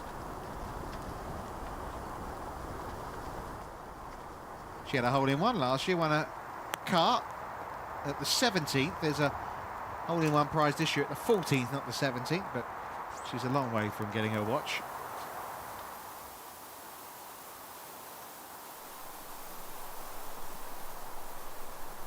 Cowan's found one of the left fairway bunkers on the 13th, and she'll have to lay up from there. Yeah, that was fraught with danger, wasn't it, that one? Should be a 2-putt birdie for Clatton.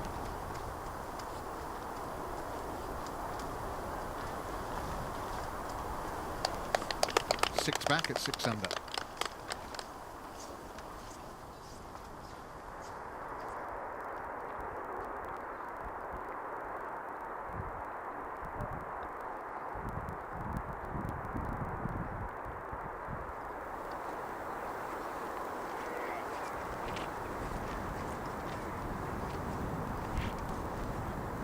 Perhaps the rain slowing the greens down a little bit. Often after a small downpour, it can really slow the greens down, and it's something that you have to take into account when you're working out the pace of each putt.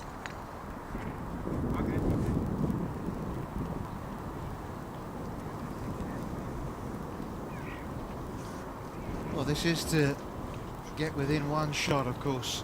Brock Larson's got her own birdie chance to come.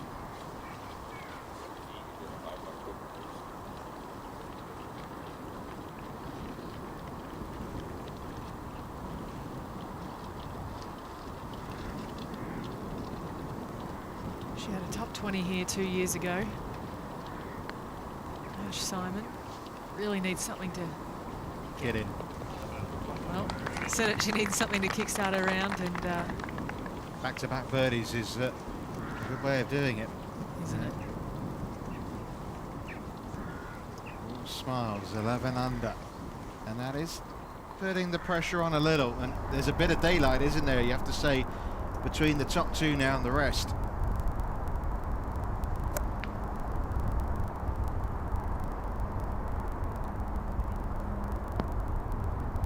.57 yards here on the 14th today. The pin over on the right.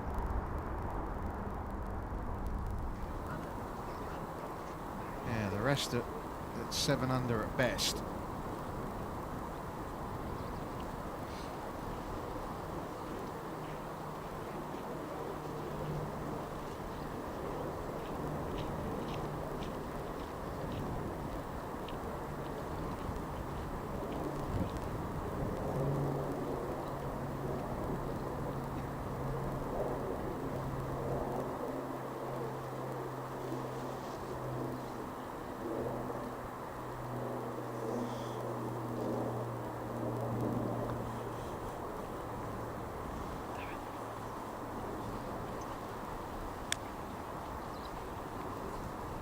She is one of those players who can let her feelings known. I think that's the nicest way of putting it. Yeah, you know what? A lot of the Danish players are actually quite fiery on the golf course, and she's such a gentle soul off the golf course, Nicole. She's really supportive of, you know, all the players on tour. I thought it was a really classy move by her, sending a message to Hannah Burke, congratulating her after what happened in Pilsen. Obviously, Nicole throwing away quite a substantial lead, and Hannah coming across the line.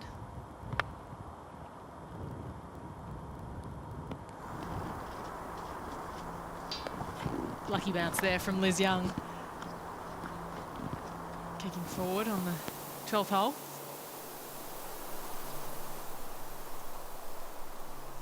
Up and down required to try and save par here for Cowan. 13 was the hardest hole on the golf course yesterday, playing a little above its average at 4.25.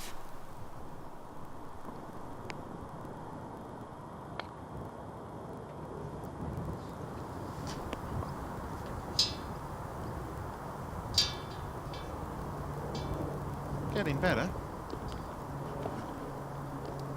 It had a lot of spin on it, didn't it?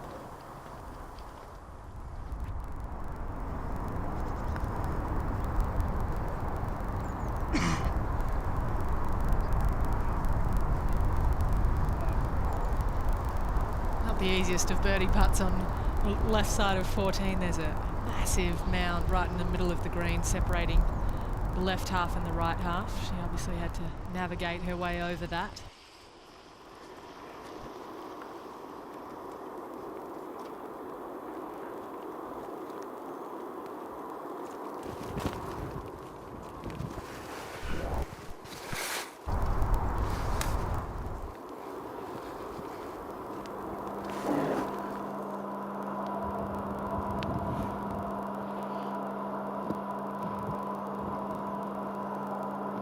Well, it's been a while since she's been in this position. I mean, been playing in America this year. Her best finish this season has been 42nd. A lot of miscuts in there.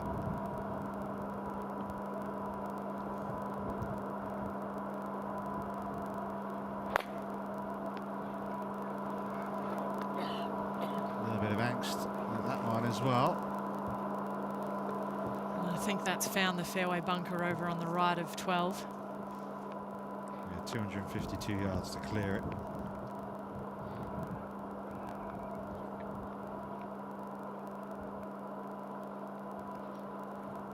You know, that's the thing about this golf course, is that you can walk up to what seems to be a relatively straightforward tee shot, and if you don't give it the credit it deserves, it can gobble you up pretty quickly.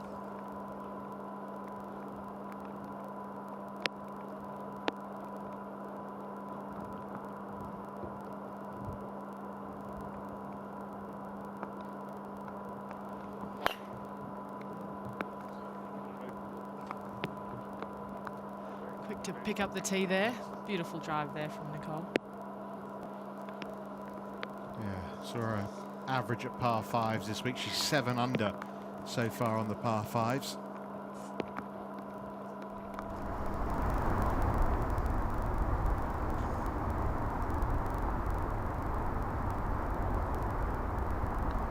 To the 14th.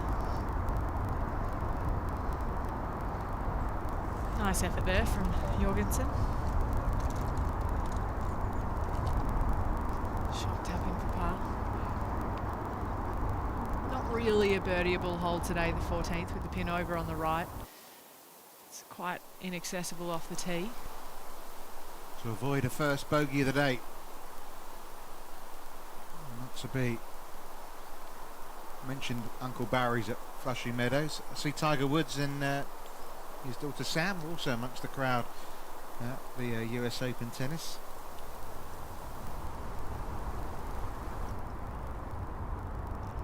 Can't play any PGA Tour golf at the moment, can he, Tiger? So I suppose might as well make the most of it.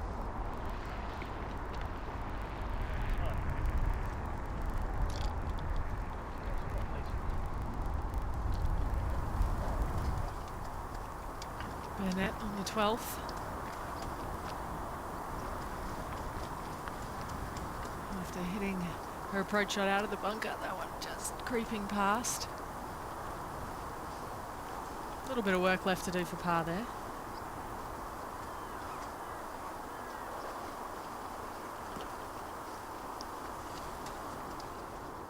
Well, it's very early, of course. We're in the back nine on Saturday, never mind Sunday. But two of these players are very much the two that have separated themselves from the rest of the field, haven't they? They have, you know, and I always think it's an advantage to play with the person that you're up against in that regard. It is a little bit of a match play element sometimes, and you can measure yourself accordingly when needed.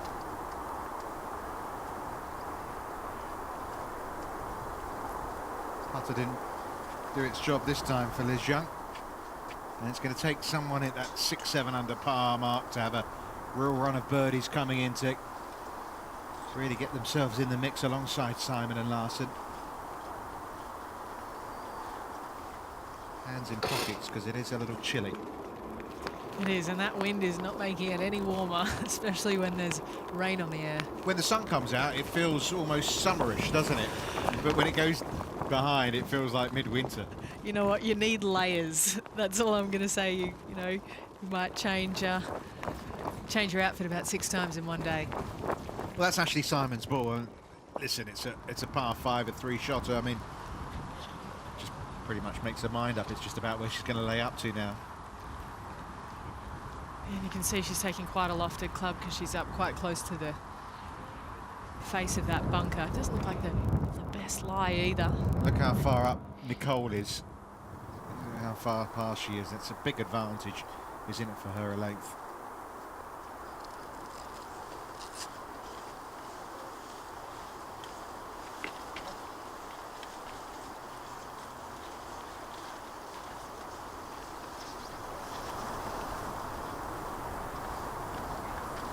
Bokvis before Ash in the bunker.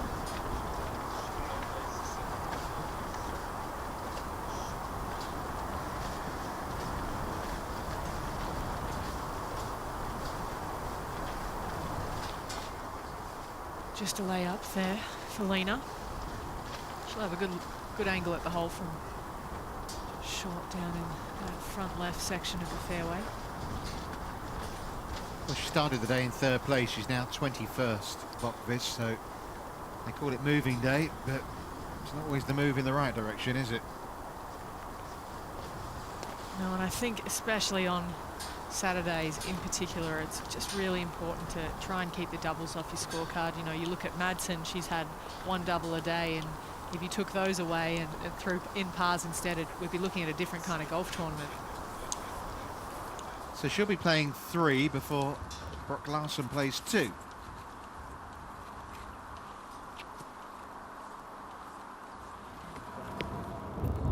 Is it our turn yet?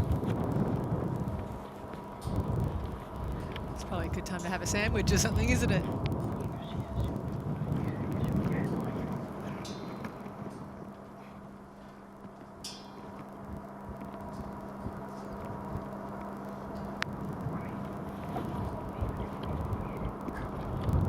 She has won a couple of tournaments as a pro, both on the Access Tour. 2nd season now on the Ladies European Tour. A couple of wins for Ashley Simon, last of which was in Portugal 4 years ago. You know, I actually remember meeting Ash back when we were 14 at the Jack Newton Junior Classic out in Hunter Valley in New South Wales, and she was seriously good even then. Well, to win at 18, at 14, she can't have been far away from that kind of game. No, and you know what? Her golf swing and her golf game still looks very similar. Shortened up her backswing a little bit, if anything.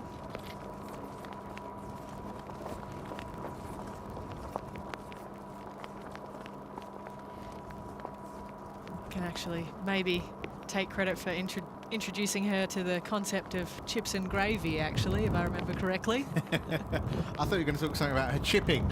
No, well, it was chipping, but it was a different kind. That didn't look good, did it? Chips and gravy, now you got me thinking about that.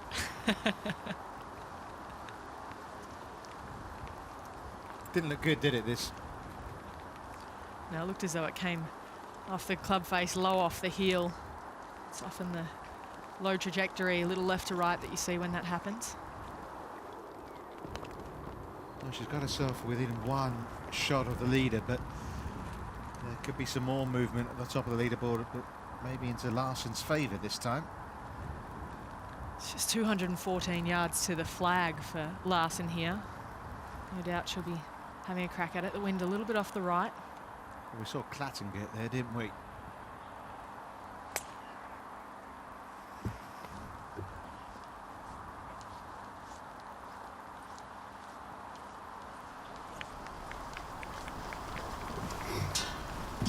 Won't be the easiest of eagle putts, but the ball was going.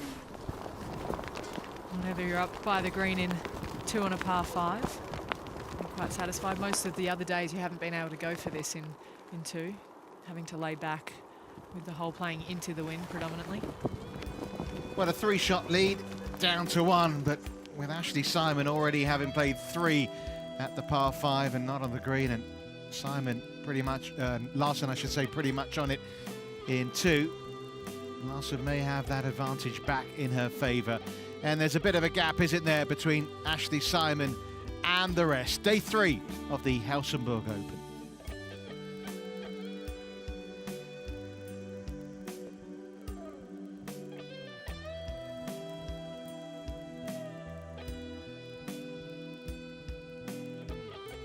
Good fight back from Marlene Jorgensen. Nana Madsen sticking around, but she was threatening to get to the very top earlier on.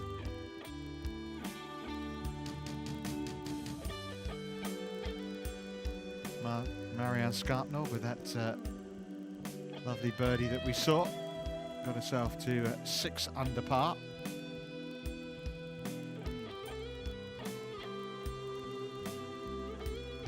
Kylie Walker, what a fine back 9. She's just had 4 birdies in her last 6 holes to get herself back up to 5 under. Olivia Cowan with that first drop shot of the day, back on that mark in a tie for 10th spot.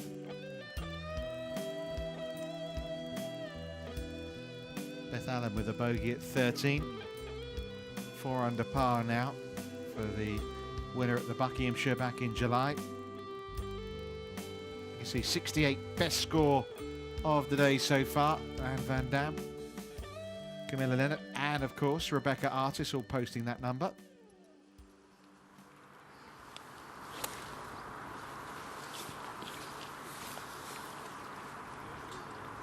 Bockfist on 12. It's important to throw the ball a little bit past this hole because you can usually bank on it spinning back a little bit off the fairway with a wedge in hand.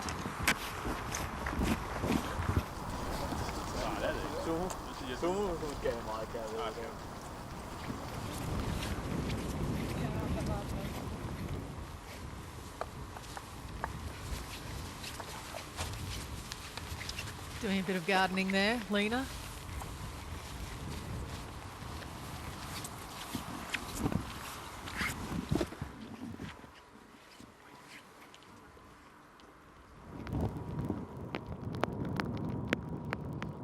It's all been one big struggle so far, hasn't it, this 12 for Simon?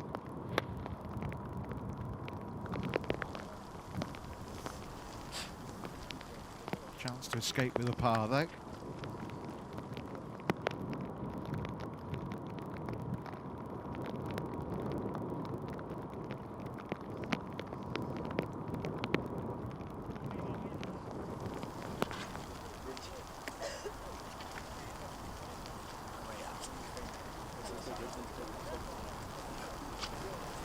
Final group have reached the par 5 12th hole, and they're all there for a different number, aren't they? Larson for 2, Bockfist for 3, Simon for 4. Now, can Nana Madsen get out of the log jam at 7 under?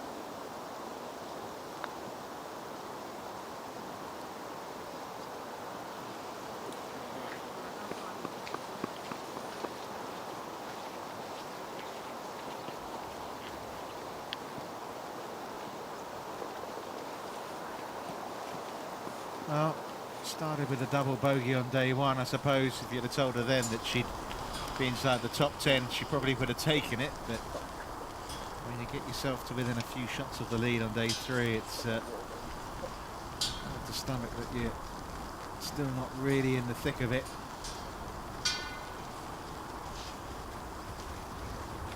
Especially at the moment, as the leader here is not making mistakes, is she, Nicole Brock-Larson? No, her wedge play hasn't been as impressive as it was the first 2 days, but she hasn't made any mistakes today. Bogey free so far, just the 3 birdies.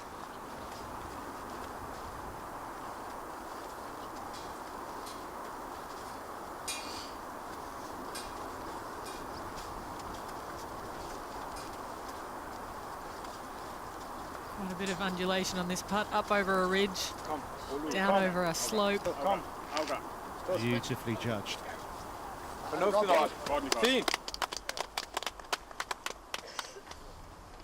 Yeah, you say just the 3 birdies, of course that would be number 4, but she had 14 birdies over the first 2 days.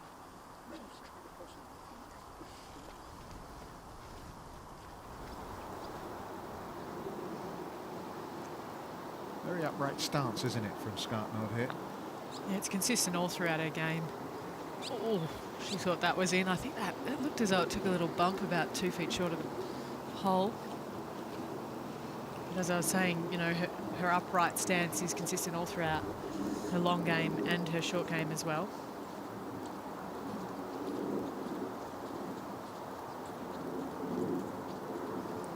Always number 2.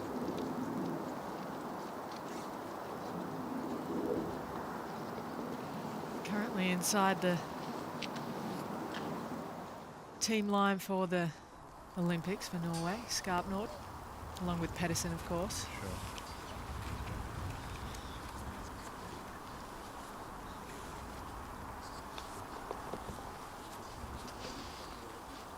Yeah, Pedersen, the last European to win a major, and of course at the venue where they're playing next week, Evian, back in 2013. Burnett will be there.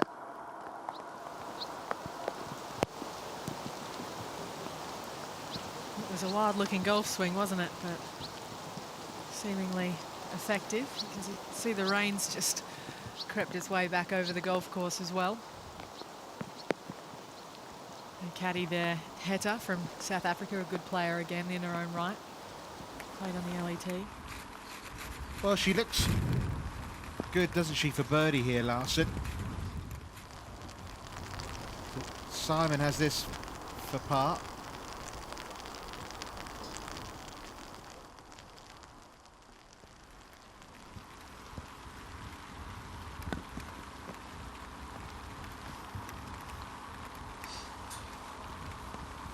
Beautiful par that is. What a great up and down. 21 holes without a drop shot. And the streak continues.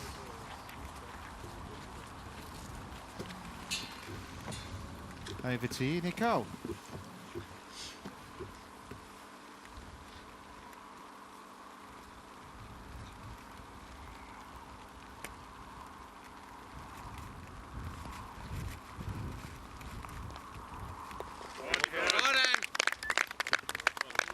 So back amongst the birdies and 2 shots the advantage again.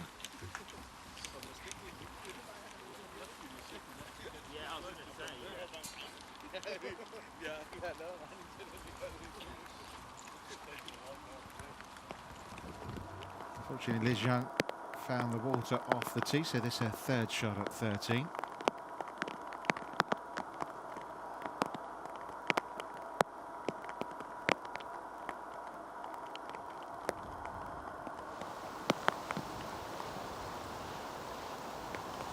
It's an interesting green, this, the 13th. It's almost got 2 sections divided by a large ridge and a bunker. Been quite accessible today, just 17 on. A lot of green in front of the flag.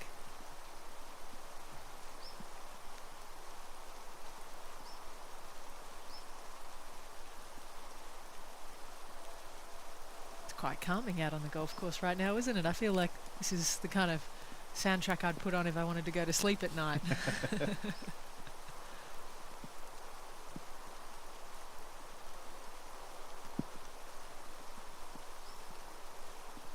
Not really the kind of weather you think, fancy 18 this afternoon.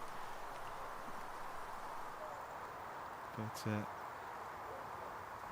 as a whole, these girls are putting up with it pretty well, aren't they? Scarp Nord. Go! I think that's in the water.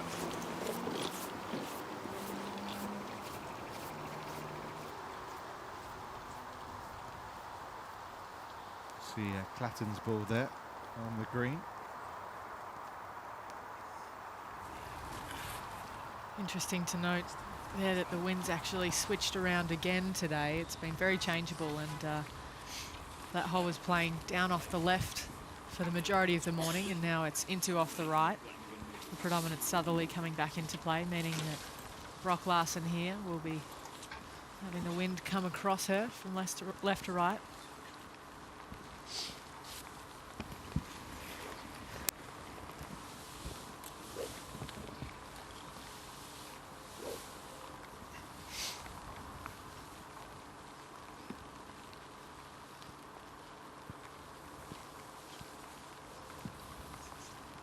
Found the water off the tee here yesterday, but made a really good par birdie this hole as well on day 1.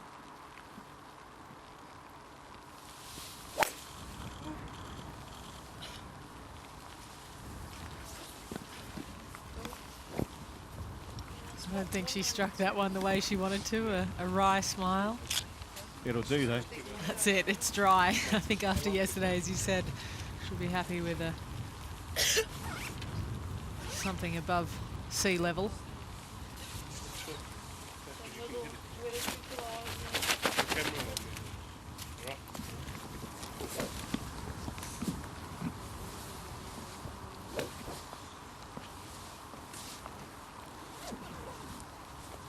Yeah, I've got a feeling it won't be long before there's a rule about this with the caddy behind the player.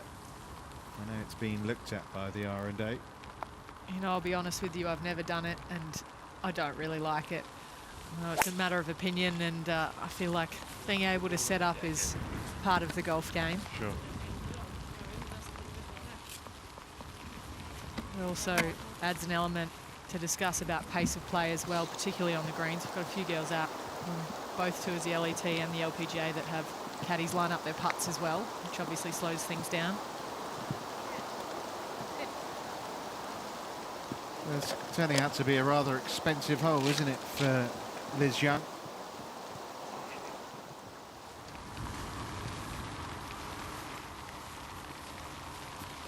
High hopes at the start of the day. Now 10 shots off the lead.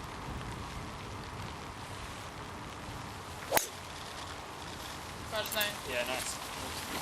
Good swing there at least. Like the British? No, everything's not like this. Yeah, I'm gonna look at Not too much run out there on the golf course right now, obviously with the rain earlier today and earlier in the week as well. The greens are draining quite well, but the fairways do get a little bit wet out here.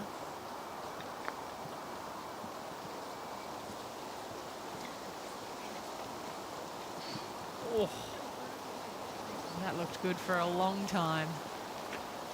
Just creeping past the hole.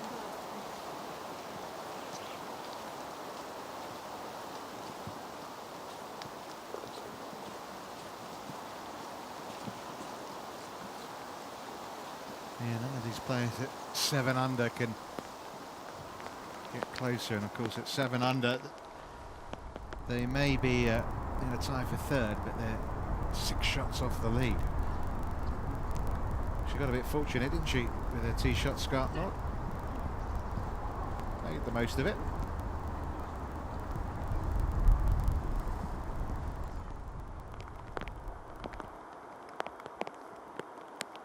First look here at Marta Sands Barrio. Sister Patty on the bag today. Saw her running to the tee time. She was in at lunch earlier, and I think she looked down at her watch and realised her sister was off in about 10 minutes. She better get out there. They followed really similar paths to come all the way to the LET, both playing at Auburn University in Alabama, then going to the Access Tour, and then both earning their cards onto the tour that way.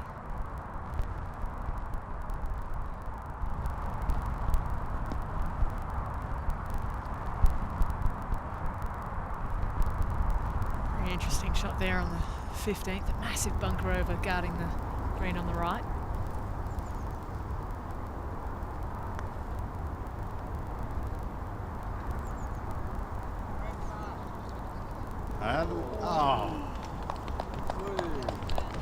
Well, a couple of rolls required for Clatton, who, talking of Alabama, was playing on the LPGA Tour in Alabama last week and withdrew after 7 holes. She's suffers with a bit of a shoulder issue, but said she sorted it out back home in France with her physio to avoid a double.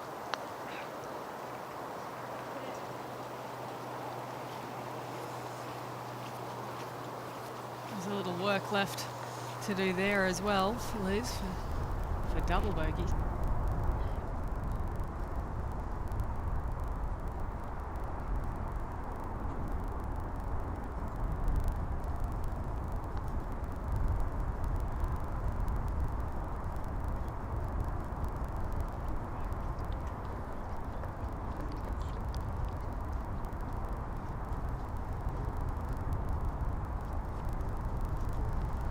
You know, if you took away Madsen's double bogey on the 9th, she'd have quite a nice scorecard and be a little bit closer to that leading pack as well.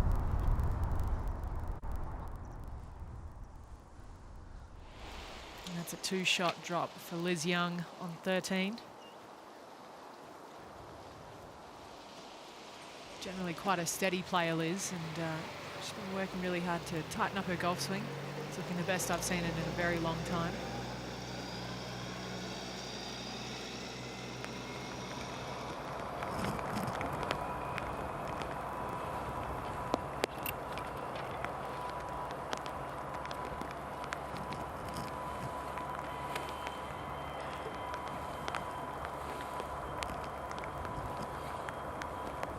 See the stroke average there for 13 playing well above par today.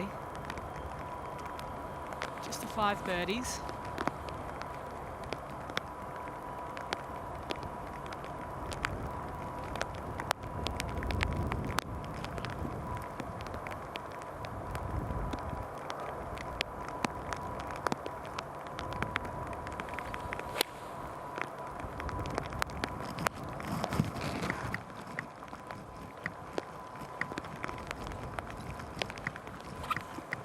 She doesn't look too enamoured by it, but it's a pretty good result.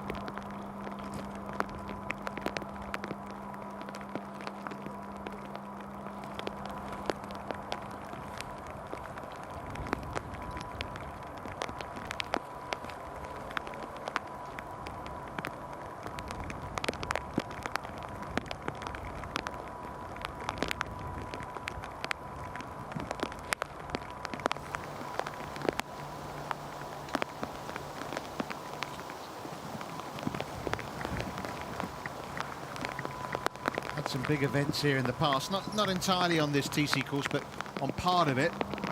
Had winners here like Sevi Ballesteros played here, Greg Norman, Sandy Lar. They used to play the Nordea Masters back here in the 1970s.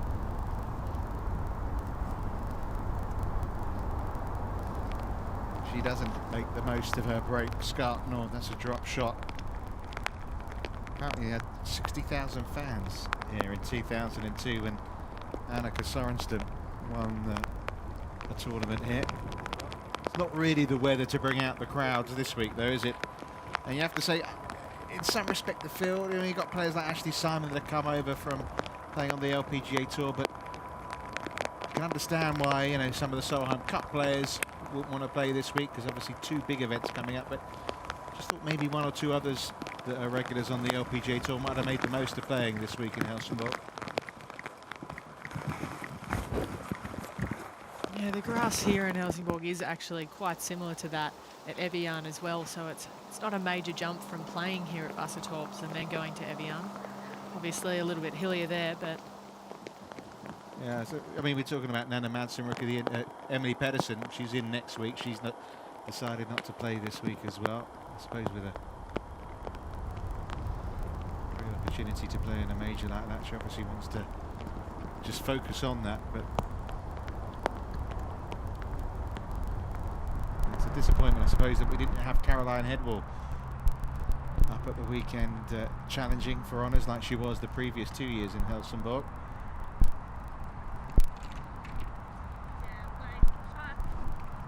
Lovely shot there from Cowan from over on the front right corner of 15.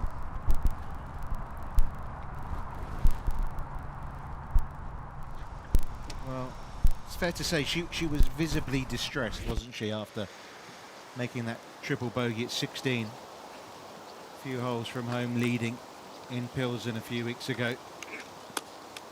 And, you know, sometimes you see players that have that and they kind of drown in what happened.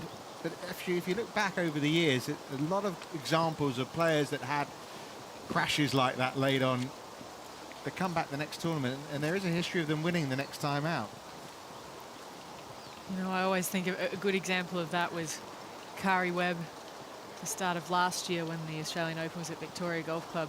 A week before, she actually didn't play bad, but she got DQ'd and was seriously upset about the whole situation. And you know, I was so happy to see her come back. Obviously not that happy because I was playing as well at Victoria, but you know, it was great to see her bounce back like that, and that's a sign of a true champion. And I see whispers of that in Nicole here. Fierce determination to right the wrongs from 3 weeks ago.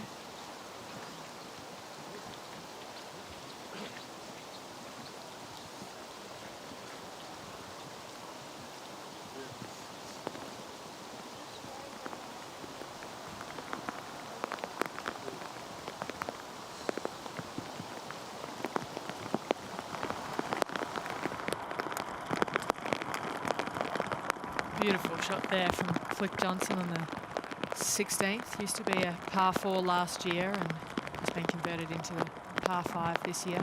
Been just 7 yards on today. I'll tell you what, this is an interesting play, isn't it? I always like seeing people pull out hybrid from around the green.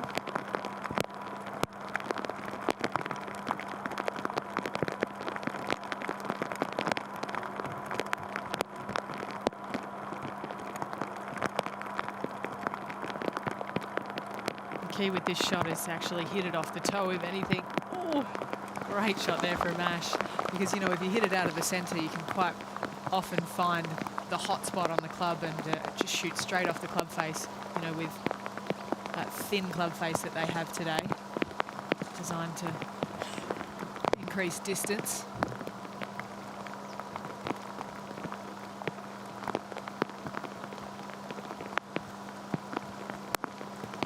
Looked good for a long time, didn't it? Yeah, beautifully played.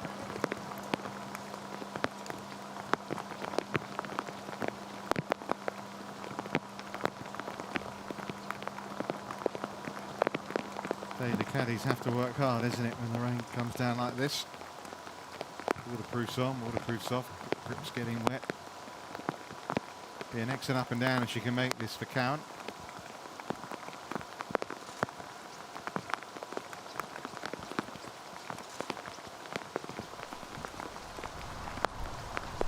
I suppose the bad news is the weather forecast isn't much prettier for tomorrow, is it? No, the wind's supposed to get up tomorrow, and if anything, that's probably the most influential element out on this golf course, you know, with obviously the players out on Thursday afternoon, perhaps having the harder of the two sides of the wave this week. The wind getting up a little bit. Bockvist here is just going to knock in her par putt.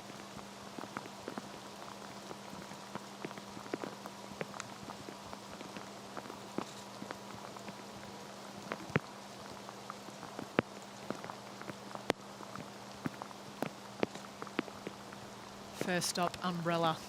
Well,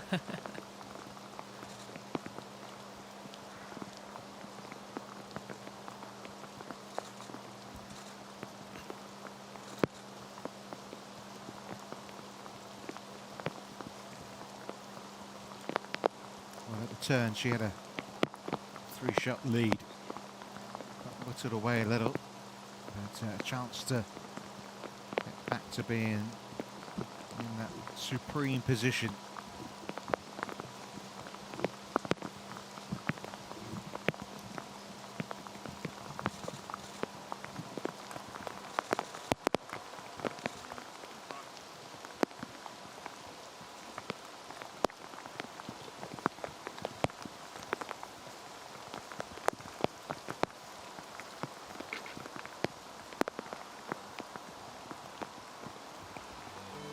Well, it's a miserable day, isn't it, in the south of Sweden. But for Ashley Simon and Nicole Brock-Larsen, a wonderful opportunity awaits over the next day or so. Felicity Johnson, well, you'd expect her to make birdie at 16 and get out of that jam at -7. Larsen leads by 2.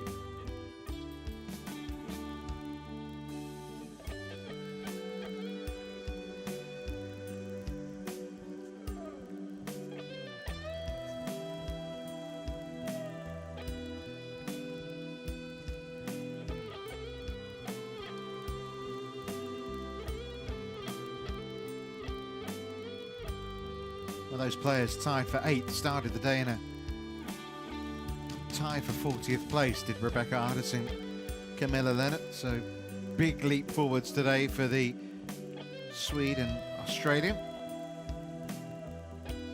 She's been showing some good form, hasn't she, Maria McBride, over the last couple of months? You watched her at the Women's British Open, didn't you?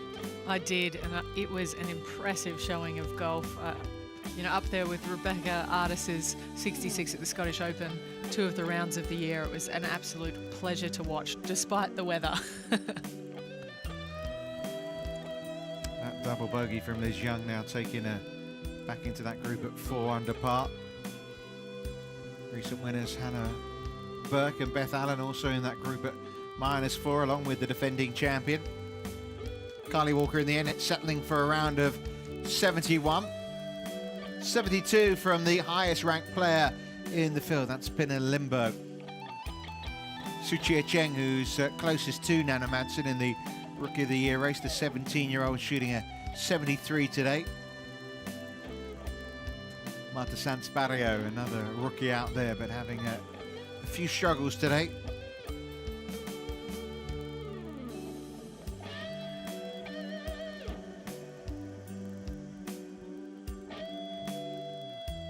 Laura Davis, 3 over par for her round, unfortunately. She's performed very well the last couple of years, had top 10s in the previous 2 editions.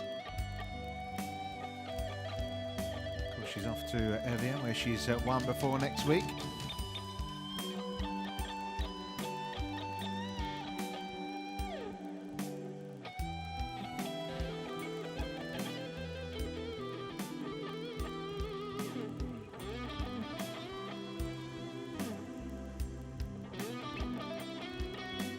So all these players making the halfway cut that came at +1. Level par rounds today for Miriam Nagel and Sophia Popov.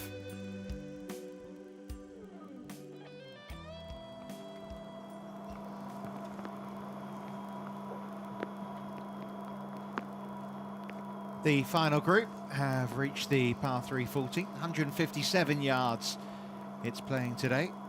Pin tucked away over on the right-hand side. Pretty much as close to the water as you can get.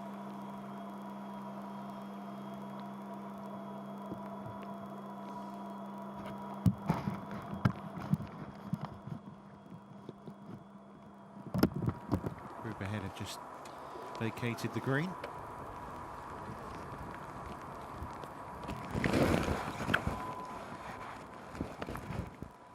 The wind gets up.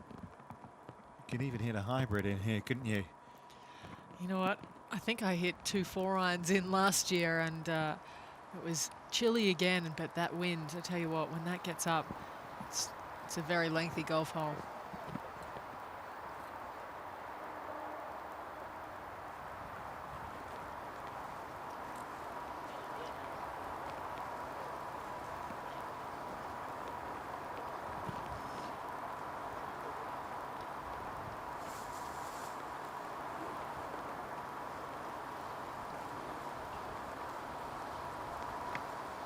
Teeing up right, as far right as she can.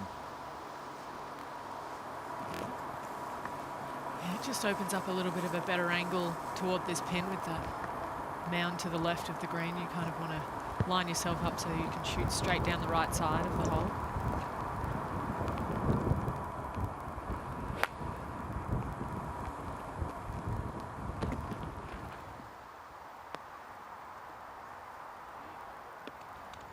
That would have looked good in the air. I think that flew straight over the flag.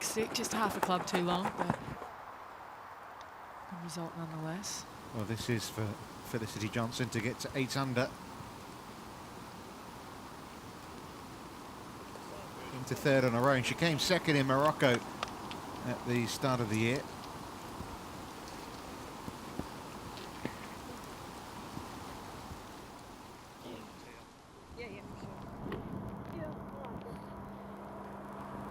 Won by, of course, Gladys Nacera, who's another who gets a caddy to make sure that she's lined up right.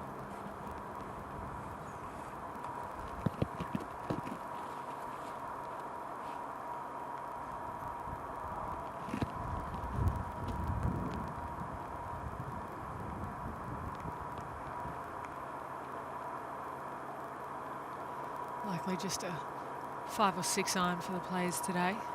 The wind slightly off the right.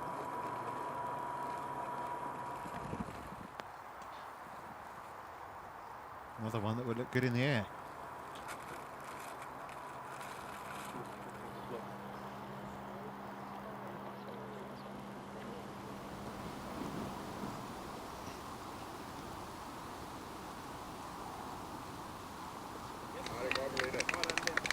Had a cracking 3rd in there, did Jorgensen. So alongside Johnson, she gets to 8 under par.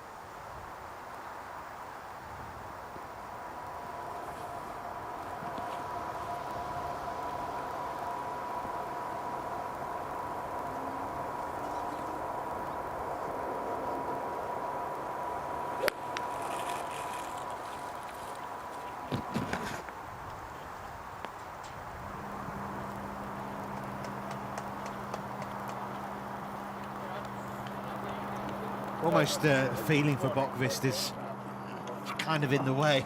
You know, you got two players here, you know, very much vying for the top of the leaderboard, and she's, you know, so many shots behind them now.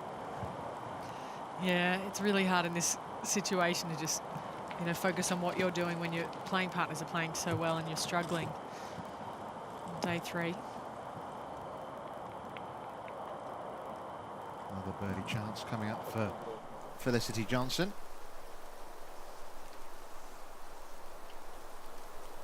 Playing with Charlotte and Melanie Jorgensen there.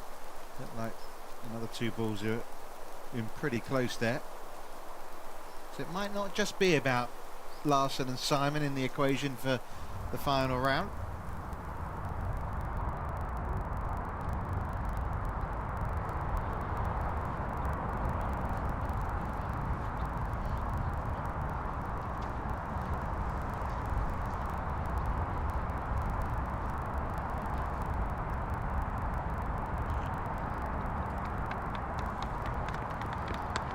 Mixed bag for Jo Clatton today. 3 bogeys and 3 birdies, 4 birdies so far. Looks a bit chilly though. She's feeling it, isn't she? I mean, we have the luxury right now of being in our little cave in the commentary box. That was obviously a little earlier. Saw where the ball came from Felicity Johnson's tee shot, but well worth a watch, wasn't it, of that tee shot from Jorgensen. And there you see, just starting to enter the fray, aren't they, the English and the Dane.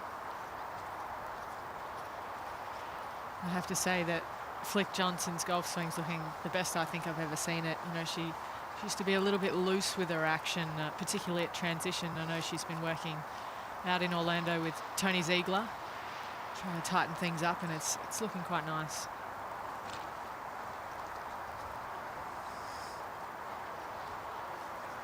Yeah, Brock Larson's been working hard with her coach, David Dickmeis, over the last few weeks after what happened. They had a good chat about the experience of Pilsen.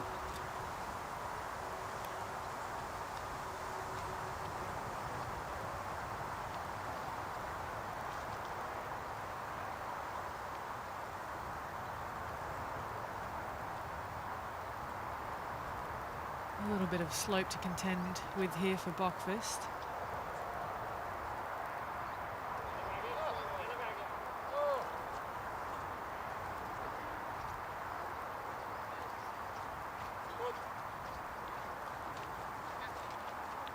I've actually found it a little surprising today how many putts we've seen come up short, in particularly for birdie, from the entire field really. I think that rain's just throwing people off a little bit with the speed of the greens.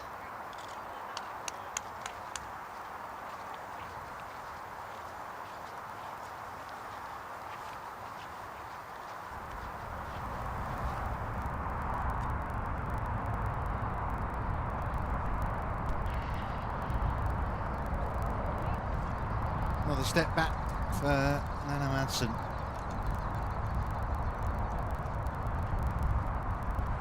Nine under par after 8 holes. She's now back at -6.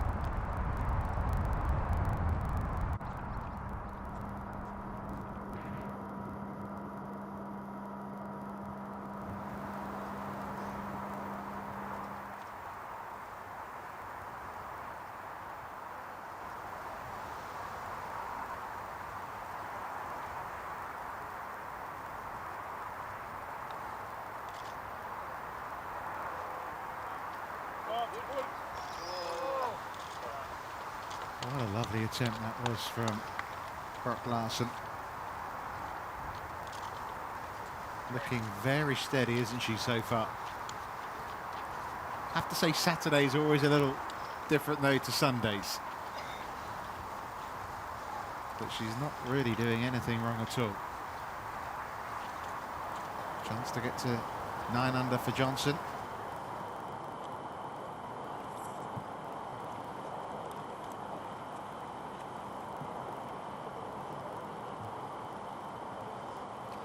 Very fond memories for Flick on this hole. hole-in-one last year. She didn't keep the car, did she? No, I don't think she could find a boat that was big enough to get it back to the UK. But I know she opted. Sometimes you have the option to, you know, get a car back home, or perhaps, you know, pay the taxes and get the money for the car. It's an interesting process. Got a nice bonus. It's not bad for one shot, is it? Yeah. Okay, chance here for Ashley Simon to close the gap a little again.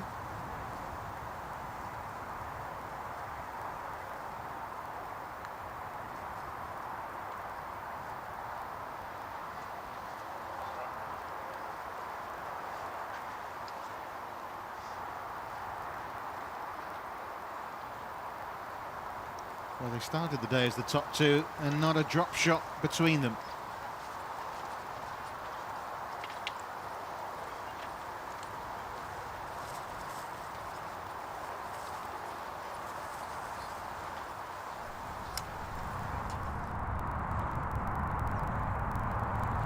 To 15. Approach shot by Katie Burnett.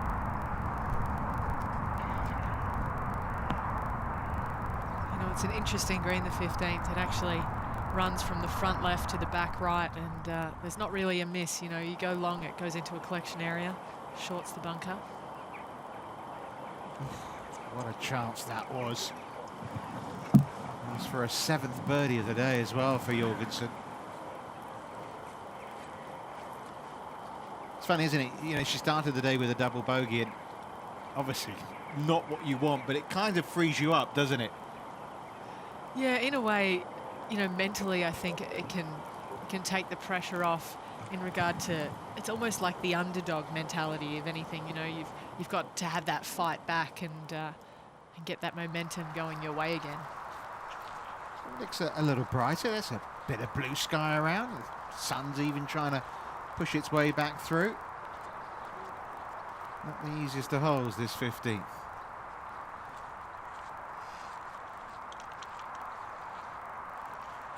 I think the 15th is a classic example of how ball striking is important on this golf course, in particular with your shot shaping. As I said, the green sits on a funny little angle that goes from 7 on the clock face back to number 1.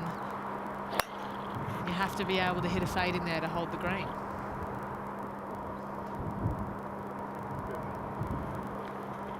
And it helps to be that far down, doesn't it? That's a monster of a hit.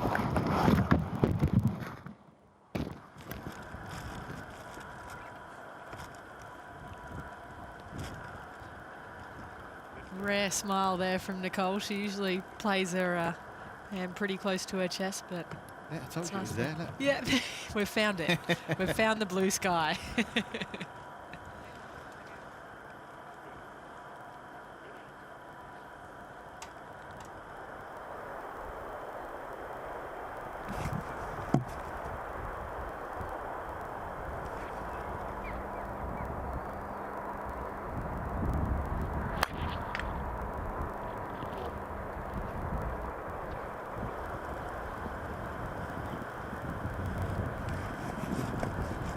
Tee shot here at 15, because you see 2 sets of bunkers, one on the front left and one on the far right, but there's a lot of fairway down there on the left, which Ash Simon has found.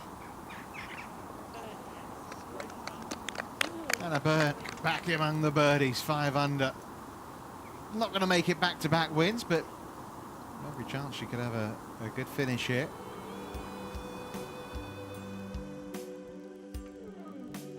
But still very much about the top 2, isn't it? Just pars at the 14th for Brooke Larson and Ashley Simon. So the status quo intact with Larson 2 in front, and then a 3-shot gap to Felicity Johnson and Marlena Jorgensen.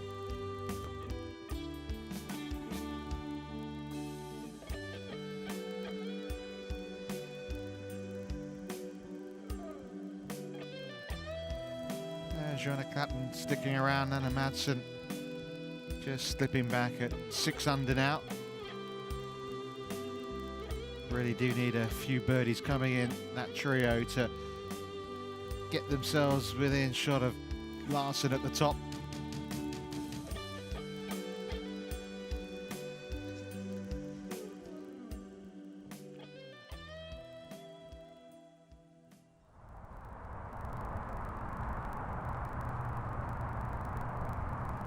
And here's an opportunity for Katie Burnett to do that, but that's another one that's come up short. It's a common theme out there this afternoon. Well, I can tell you that the greens are running very nicely. The course superintendent here has done a fantastic job getting the greens up to tournament shape. Brooke Larson's bobble out there, just about appearing.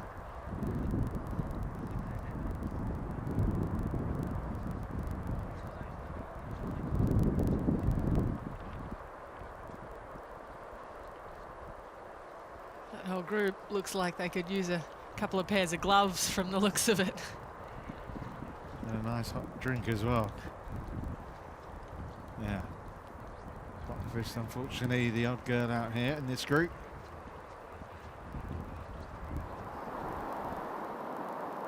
Change of mind for Anna Madsen. Looking up to the sky, I mean, the flag that's limp, doesn't it?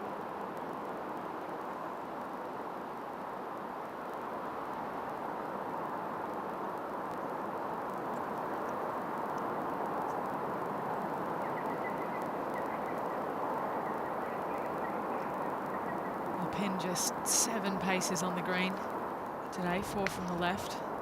The front left side is guarded quite well by a steep slope and 2 greenside bunkers. She's pretty safe there though.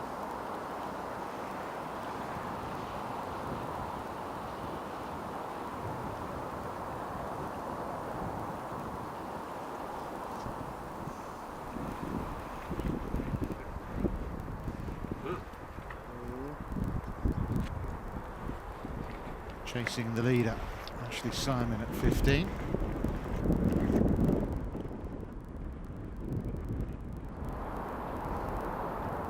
First to Joanna Gladden.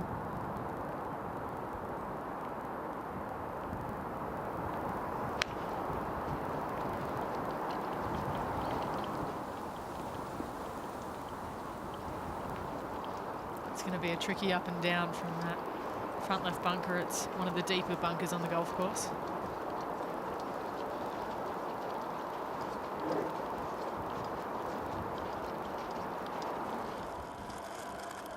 Yeah, that's a good look at what you were saying about the way the green tilts. It's very narrow, doesn't it, when you're standing there?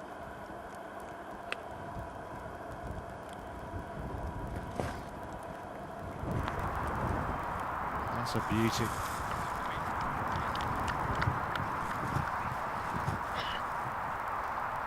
Yeah, what it took was a weakening of the grip. That's all that she's done, that she found on the range and worked on with her coach. And what a difference it's making to Ashley Simon's game. Just something so simple, yet so effective. Yeah, I know I always pay close attention to my setup whenever I'm practicing. I feel like if you start from the right position, then it's, you know, your body moves in a way that is much simpler, with less compensation.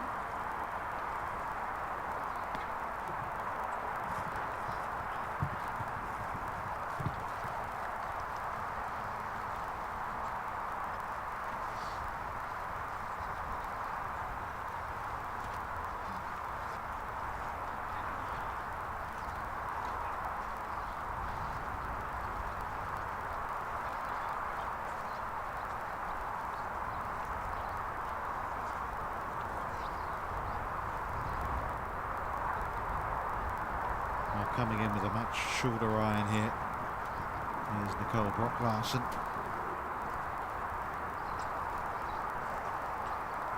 If you were watching the European Tour last week, you know, there was a big advantage for Thomas Pieters on his way to picking up his first European Tour win. And, well, maybe we're going to see a first ladies European Tour title for Nicole Brock Larson. Another terrific golf shot.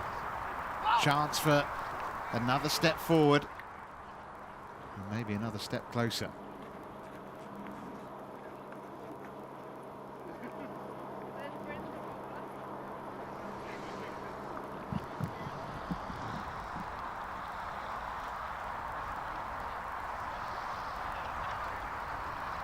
Well, they're going to have each other's company again tomorrow, you would assume. Looks like they've got plenty to chat about. You know what, I always respect, you know, those players out here on the LET that make an effort to speak English with, you know, the other girls that don't have the second language like they do. I know that Nicole really pays attention to bettering her second language. Yeah, I mean, I don't like to generalise, but the Scandinavians in general do speak such good English. Whew. Thought that was in from Clanton. You said it wasn't going to be the easiest of up and downs. It was nearly an up and in. That was a great golf shot. Looks like she's trying not to take half the bunker with her as well.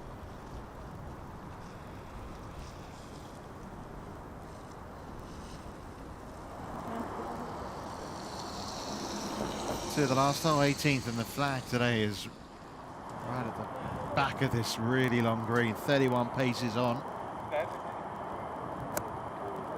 Ooh. Johnson. Heavy.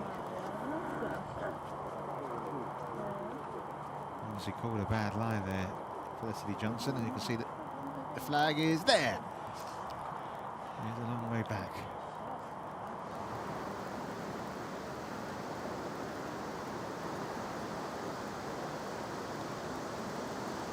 Just the second birdie of the day. Hallelujah.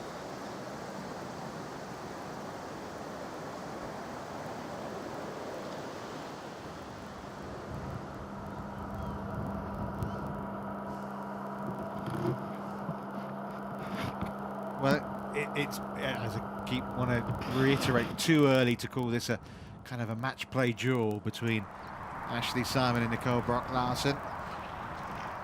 But this is a kind of a classic match play situation. If Simon can knock this one in, just make Larsen's a little harder. They both played this hole excellently.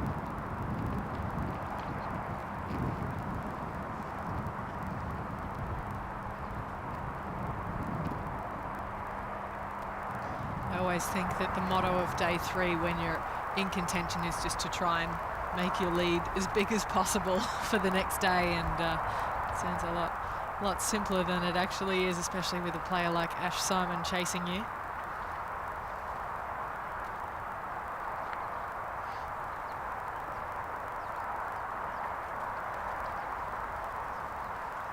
So just a par for the South African.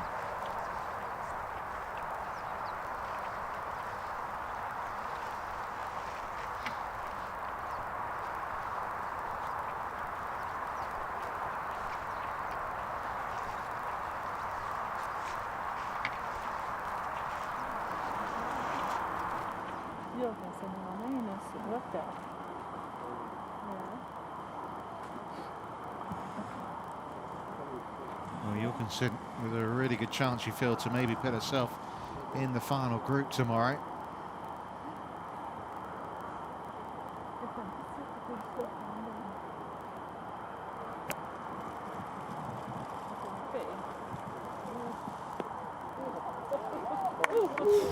Bounced all over it. Jorgensen från Danmark som smäller upp den här bollen så nära pinnen som det bara går. Utan att My Swedish isn't great, but I'm presuming that was welcome to the 18th green. There was a little bit of Marlene Jorgensen from Denmark in there. Apparently that was her third shot for Jorgensen, but every chance she'll escape with a par. Now, this golden chance for Brock-Larsen to get back into a 3-shot lead.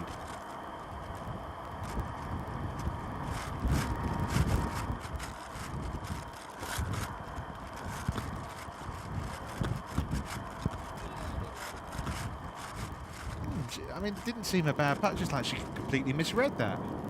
It started left, and if anything, it went a little left. And She wasn't close, was she? No, you can see from her reaction, I think she just pulled that straight left. She wasn't happy with her putting stroke at all. It seemed a strange one, didn't it? Opportunity missed.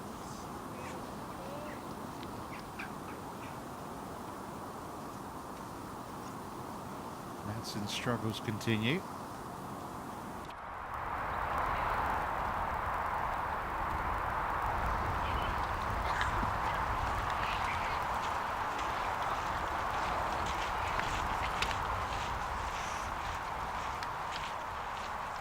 Well, she's playing really beautifully. 4 birdies, no drop shots, but yeah, could have been better.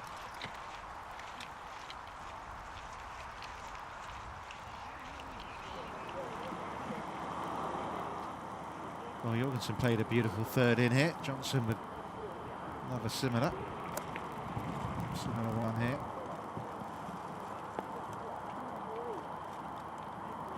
Också det med alternativ.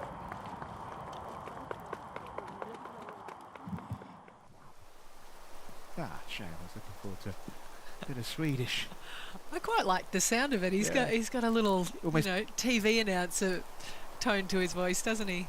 but it's almost singing. Like I take back to watching the Muppet Show with the Swedish chef.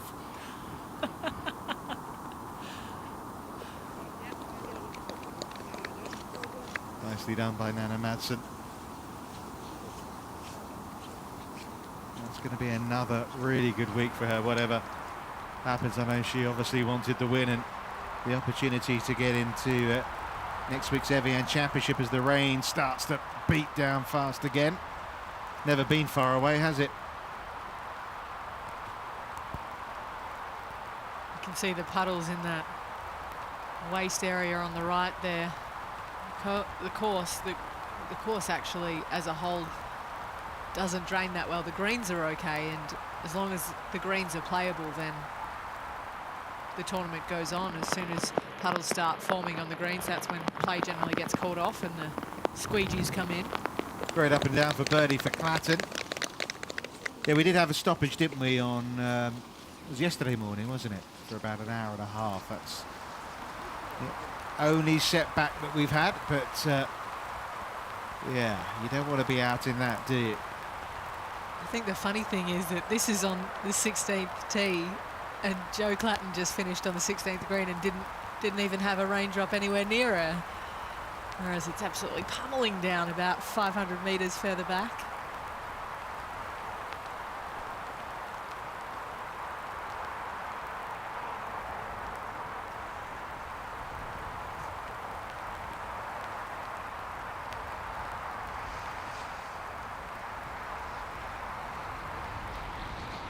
On go the wet weather gloves.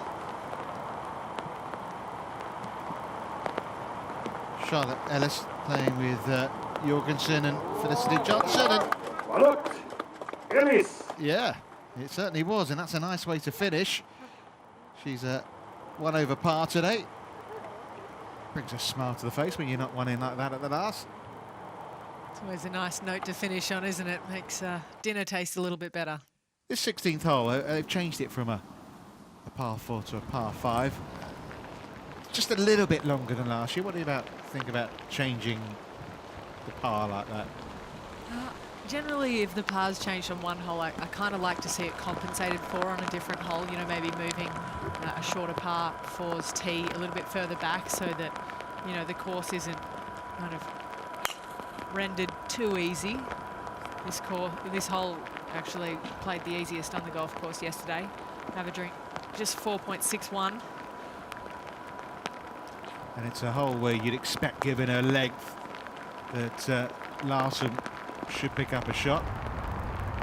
So look at it from another angle, her tee shot here at this par 5. And she's in position to reach this green in 2.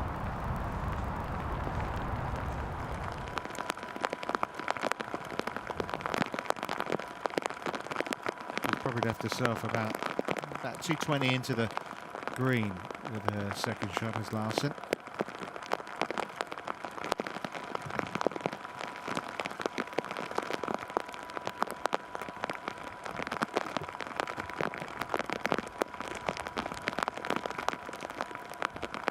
anything, you want to favour the right half of this fairway. There is a stone wall actually over on the left again, around 200 yards from the front of the green.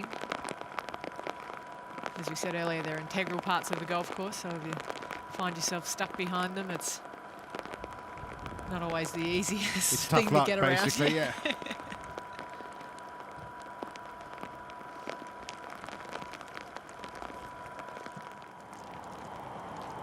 Johnson for par.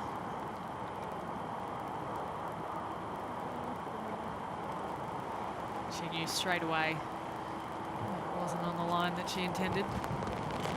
Felicity Johnson. Yeah, a round of 70, 3 under for the day, 7 under par for the tournament.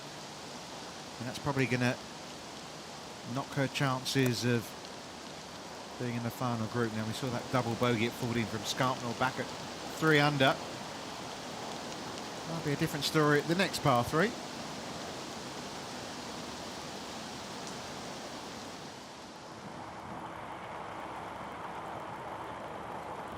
Well, this for par, and you would think would be good enough for Jorgensen to play alongside Ashley Simon and Nicole Brock-Larsen tomorrow.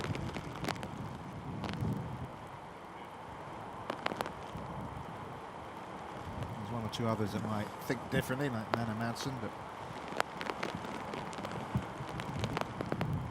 we'll come back to that par putt in a moment. First,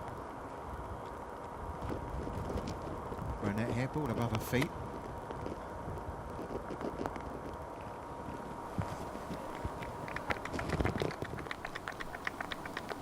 Nicely played there from Katie. It's always hard to judge how much rollout and how much spin you're going to get from a situation like that. Often the ball can take quite a bound on its second hop on the green.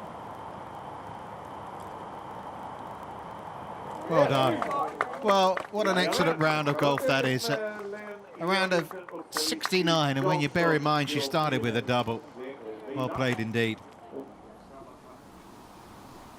So it looks as if we may have 2 Danes in the final group, whether it's Jorgensen or Madsen that'll be joining Larsen. We shall see.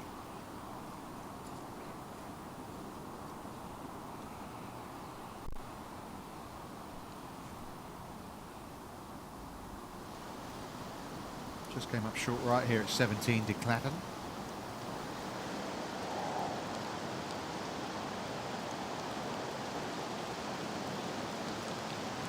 Yeah, it was an awkward little one. She was just by the tuft of rough, wasn't she? And you're saying it, you know, often you see girls taking putters, but she had the sprinkler heads there in the way, so she couldn't putt it through it.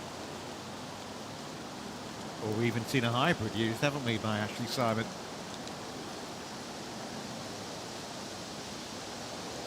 You often see a lot of wedge shots from around the green just skipping through, particularly when there's a little bit of water on the turf. Golf club just bounces through it a little bit differently. You don't quite get the same contact on the golf ball.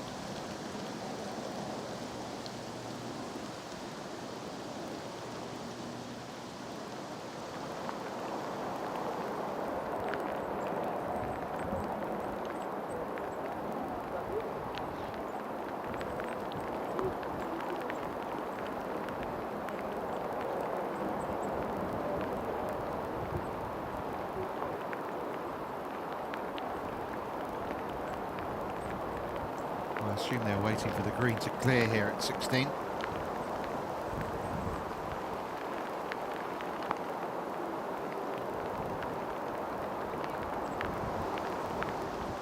Now, after the birdie at 16, doesn't want to throw that away here at 17, Madsen.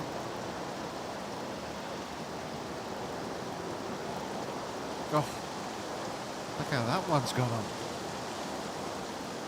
Talk about a slingshot off that left lip. I think that actually picked up some pace, if anything, past the hole.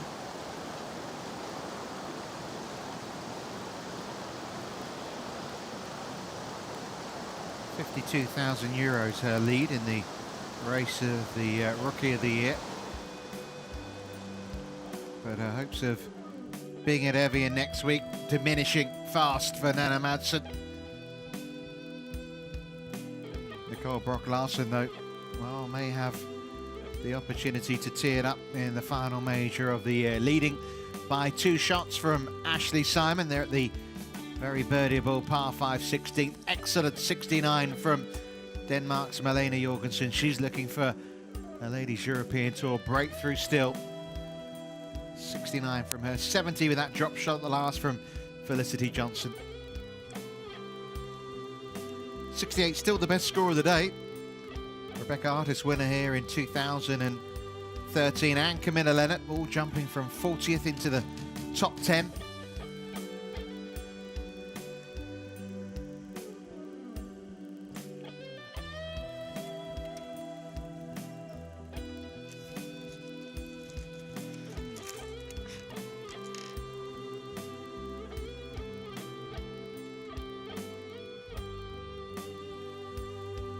Well, par of 73, so many of these players have making steps forward. Nice birdie at the end for Charlotte Ellis on what had been a bit of a struggle of a day, but it's 74 in the end.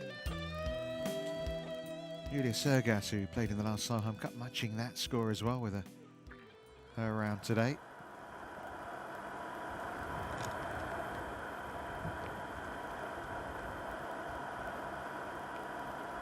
Bockhurst in the sand here at 16. She was in the water. It's not a bunker, it's waste area, isn't it, down this right hand side, but getting relief from the wet.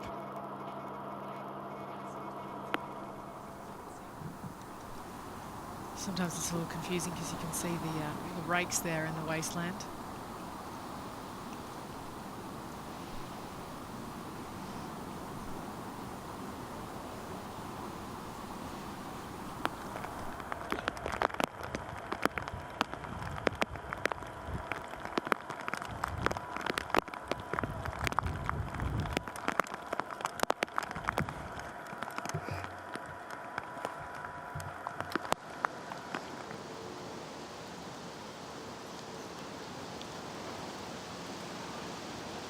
Well, a 2 at this par 3.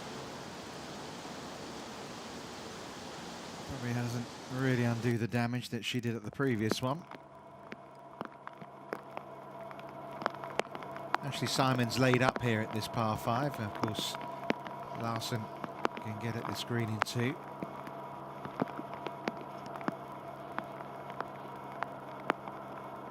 Well, she can ground her club here, but interesting. Most of the time you don't see the players actually do it. They're just so used to being in sand and not grounding the club. Yeah, it's a tricky habit to break actually. Just mentally, you play that shot so many times with the club like that, and you know, you perfect your technique doing it as though it is a bunker.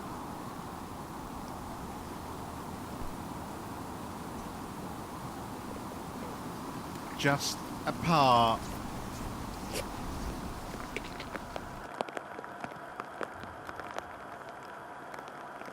Well, Leader's missed a couple of opportunities, hasn't she, the last few holes to stretch her lead. Here is another chance. She's got about 220 to get to this flag.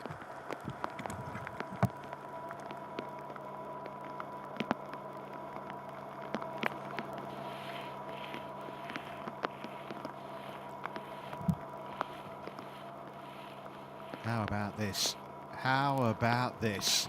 Eagle chance coming up for the tournament leader. That was a special shot. She hasn't done too much wrong today, has she? She's been very aggressive on the par 5s, but we'd expect that from a player like Nicole, who's quite long off the tee, but she's been doing a good job at taking advantage of that. Well, I mean, just that was the best shot she's hit today. Oh my goodness me. Another double, 4 this week for Nana Madsen. Ow.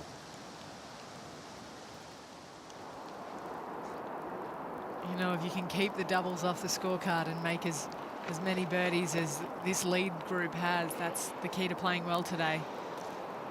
Just keeping the big scores off the scorecard. Well, you feel like a significant hole here because it's a really good eagle look. Simon had to lay up, so she really wants to try and stick this one in close, otherwise the lead could be a really healthy one coming into the last few holes for Nicole Brock-Larsen. Yep. I mean, she had decent looks for birdies at the last 2 holes. I mean, you can't say her putt has been hot, but she's 4 under for the day.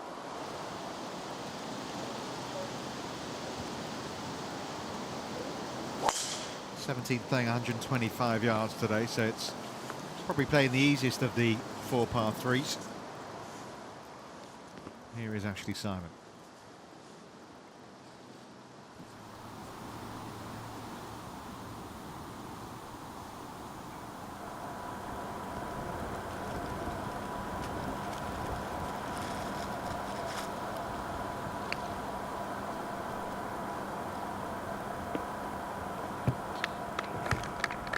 I think she's just inside her, is she? Looks that way to me. Yeah, important she was. She'll get a pretty nice read from over there as well, I believe. Light now. Yeah, oh my god. What is they do now? She might have played before. Oh,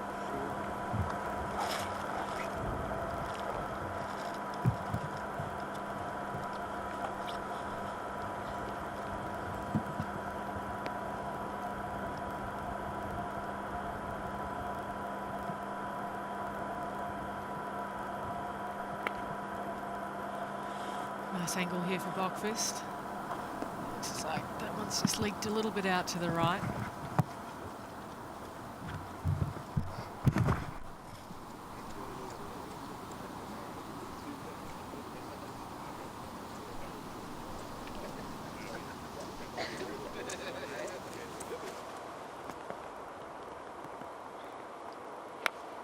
Been a solid year on the LPGA Tour for Katie Burnett. Wasn't her best there though. Grew up in Sea Island in Georgia, so she doesn't mind it when it gets windy.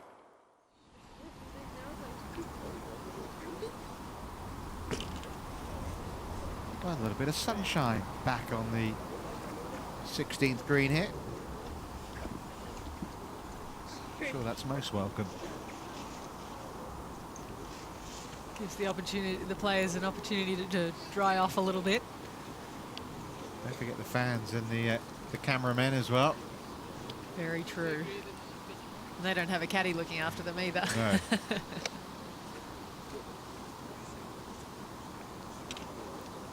Isn't it gorgeous when the sun comes out and just the contrast between the rough there and the dark clouds overhead and the bright green grass? Very pretty.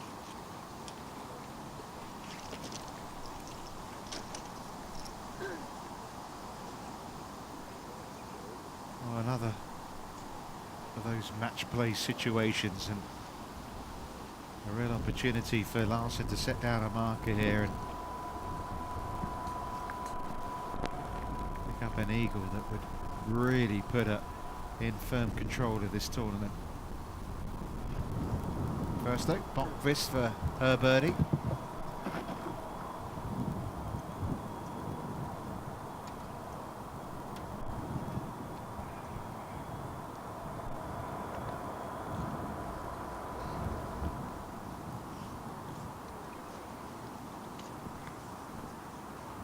She won't have as big a line tomorrow morning, that's for sure.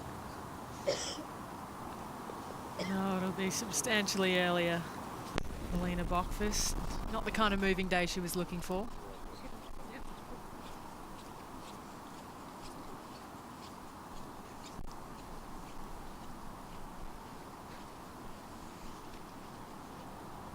Well, bear in mind, Marlene Jorgensen has finished her 3rd round at 8 under par. She's in 3rd position.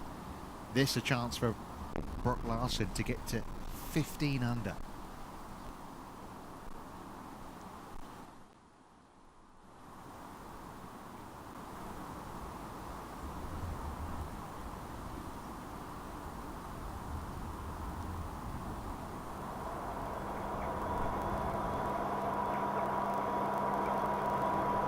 Nothing wrong with that putt.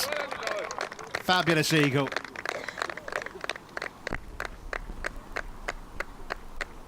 The lead is 4.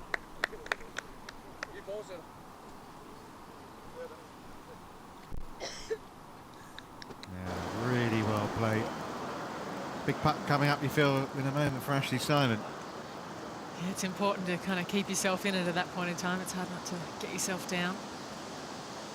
And you see your opponent canning eagle putts. Yeah, well, I mean, it's similar story really for Ashley Simon. I mean, again, she hasn't putted the lights out in this third round, but no bogeys on her card either. This for a 4th birdie of the day. The top 2 have been among the best 2 out on the course today, haven't they? They've both really been a cut above today. Because I think mainly because of the fact that their bad shots haven't actually been that bad, as easy as that sounds. You know, like they haven't been punished for them at all. Ashley Simon par, what was it, the par 5 12th, where she was making a bit of a mess of it and then played that beautiful wedge in, hold a good putt to save a par. But this to stay within 3.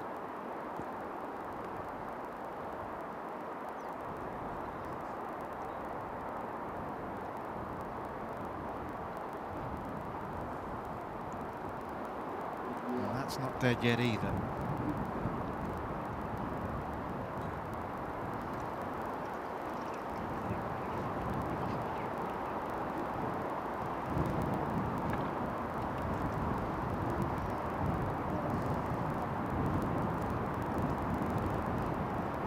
Over to the 17th, par putt for Katie Bennett after that. Chips that just, she seemed to kind of get a little underneath. And that's a great save there. 17th playing just 125 yards today, and just a short iron in, so it's hard to walk away with anything apart from par or birdie when you only have a 9 iron in hand. This for the 5.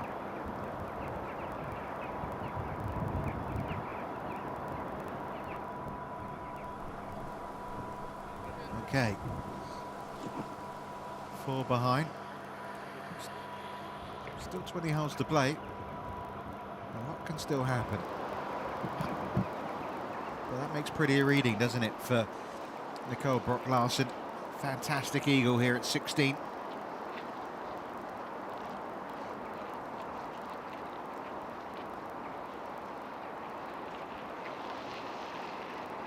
You know, it hasn't been the flashiest of rounds for her, you know, but when you look back at it, it is 4 birdies and an eagle, and she's lying 6 under par for the day, you know. She's just that kind of player where the swing's so consistent, she gives herself so many chances at birdie. Tomorrow, though, there's going to be that mental barrier to cross, isn't there? There is, and she'll have to shake it off and just, you know, realise it's a different course, different conditions, different field. That last shot obviously was off take. This is live.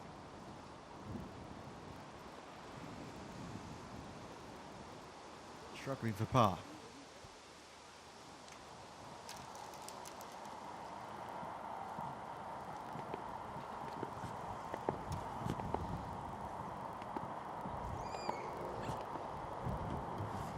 Well, it's interesting, out of these wet bunkers, you know, you often have the club coming through with a little bit more bounce, and it does tend to go a little bit further.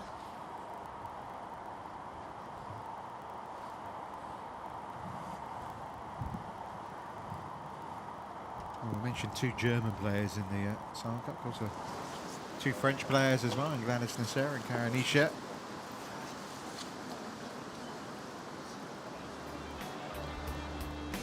Let's have a look at this 17. Yeah, just a short par 3 here on 17 with a ridge running right through the middle of the green. The pin just a little bit short today of that, 7 yards between the bottom of the ridge and the pin. 2 bunkers guarding the front of the green. Seeing a few players come up short right.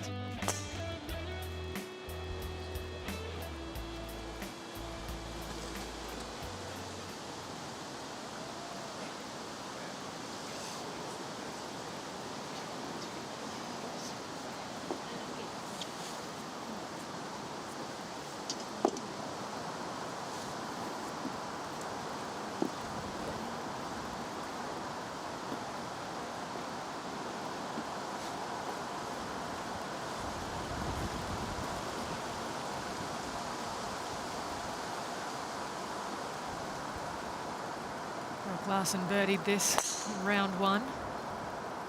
Pin a little bit more accessible on the front half of the green today.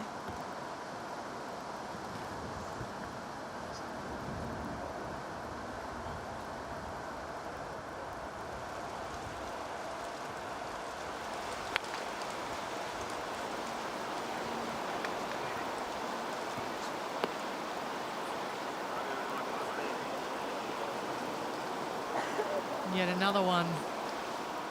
Just not quite getting the yardage right, perhaps. Short right for Nicole Brock-Larsen.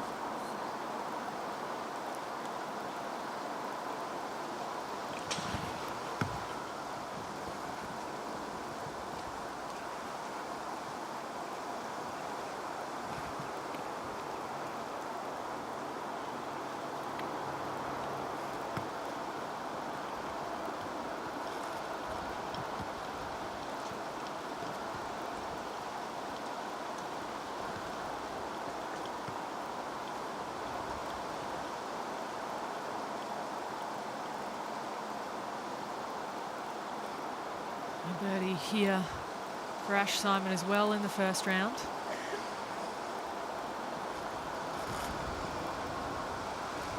It's 119 yards to the front of the green today.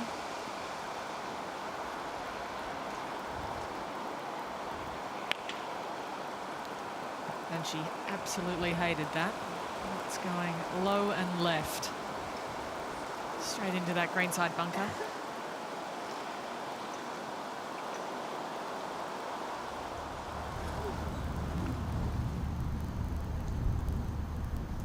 Clatton for par.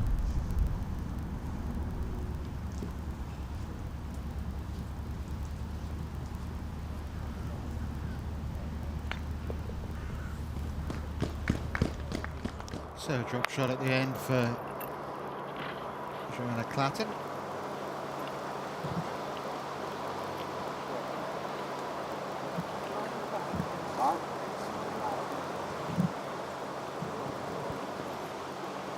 Third round of 72 for her in the end.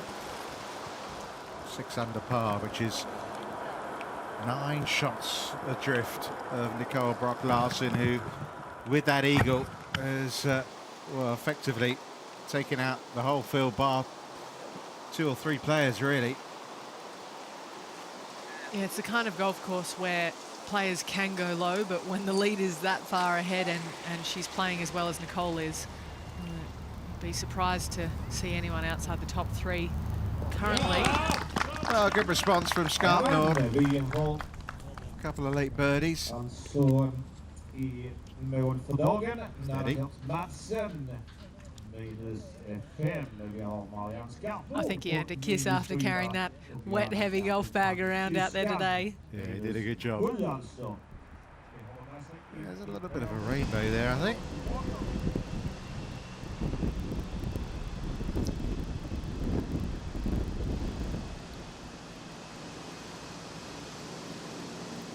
Yeah, of course, the winner last year was Claire Schreifert. I think she won by 8 shots, didn't she? I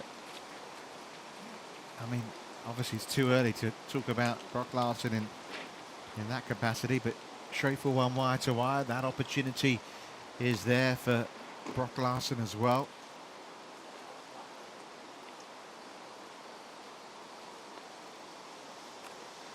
Of course, the year before, Rebecca Artis won, and she was 5 shots adrift going into the final round. So, 2 very different stories in the first 2 editions here.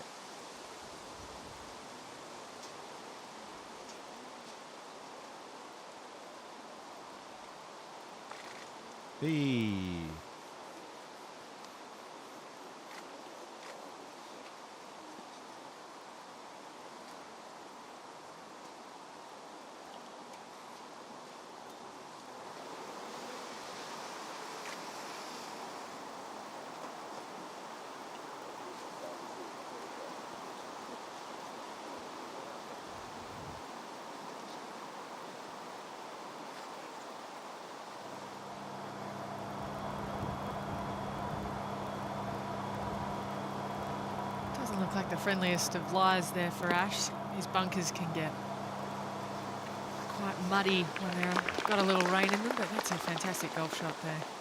Yeah, she's played it very well.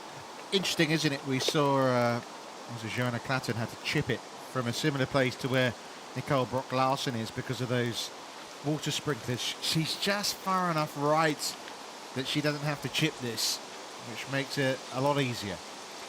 It does, and Nicole actually likes putting from around the green. We've seen her do it a lot today, opting for the flat stick instead of some wedges that we've seen other players pull out of their golf bag. Nasty looking lie. Managed to get something on it though.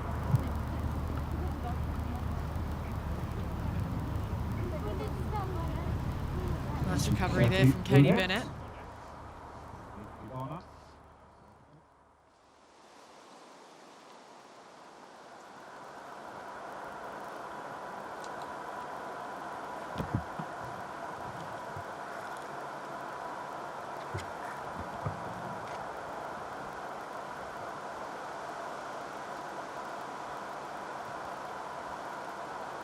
Well, this for par, and chances are it's another step back for Lena Bokvist. Already 4 over par for the day.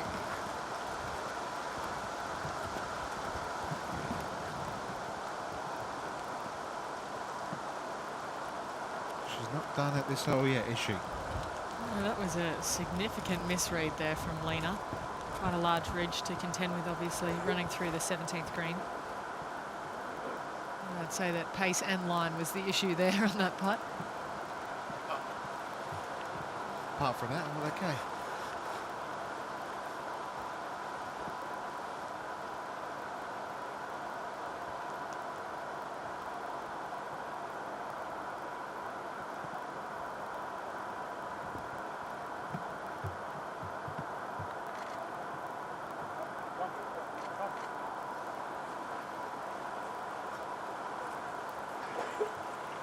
One of the things I like about how Nicole's played today is that she hasn't been leaving herself too many knee knockers as well for par. She's been really in control of her pace around the greens. And it'll be interesting to see if she can come out and play a similar game tomorrow. I mean, when she went into the final round in Pilsen, she was sharing the lead, wasn't she? And this time, she is definitely going to be the one in the headlines, the one that's going to be interviewed by us and by the press here as well.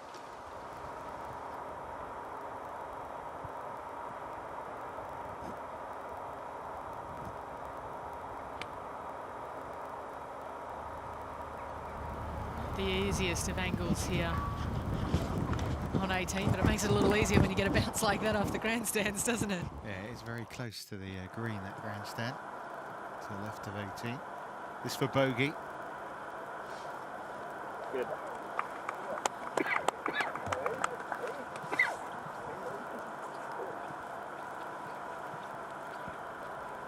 Well, she's had a good few weeks as Lena Bokvist. This has been the toughest day for a little while. Fickle nature of golf.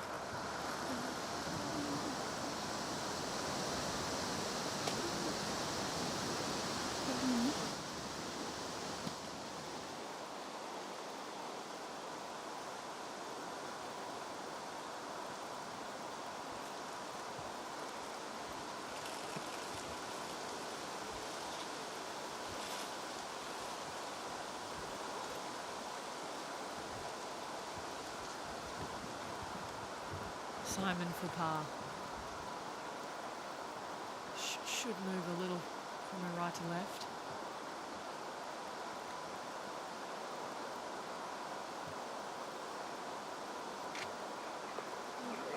Yeah, excellent up and down, wasn't it? Important. 4 shots a big enough lead, isn't it, really? It is, and especially on a short par 3 like that, that's really a scoring opportunity. To walk away with bogey is quite a shot to the system. Third shot for Burnett here at 18.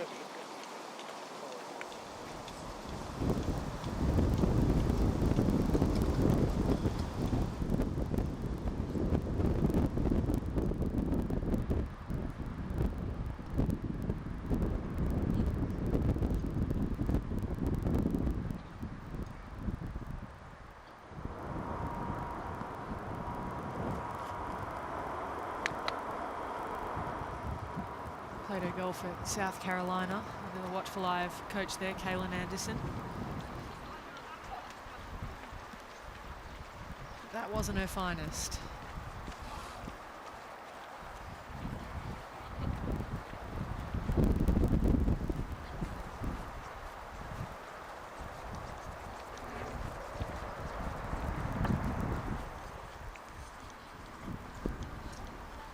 Slutligen är det Liz Young från England som släpper. So closing hole. This 18th hole, playing a little bit longer with the flag today, right in that back portion of the long green, but for Brock Larson, I suppose length doesn't really become too big an issue for her here. No, the line for Nicole is just at that cart to the left of her club head.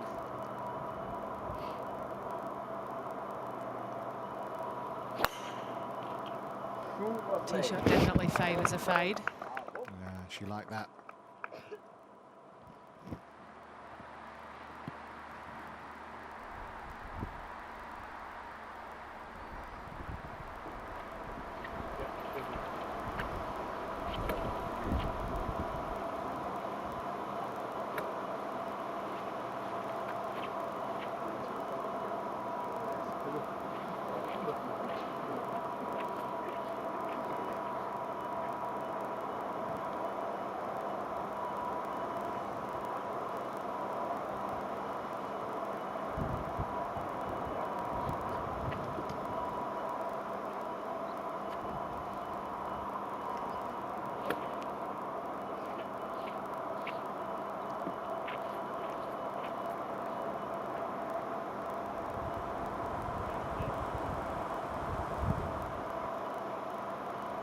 Really important to get this tee shot down the left half of the fairway if you can, to open up a nice angle into that back right pin position today.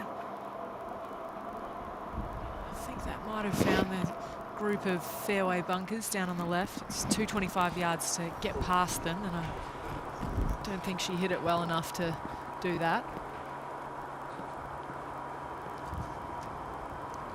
It's going to make for an interesting second for Ash Simon from over on the left side. Yeah, you would think she's going to struggle to get to the green in two from where she is, so another chance maybe for Brock Larson to push even further ahead with 18 holes to play.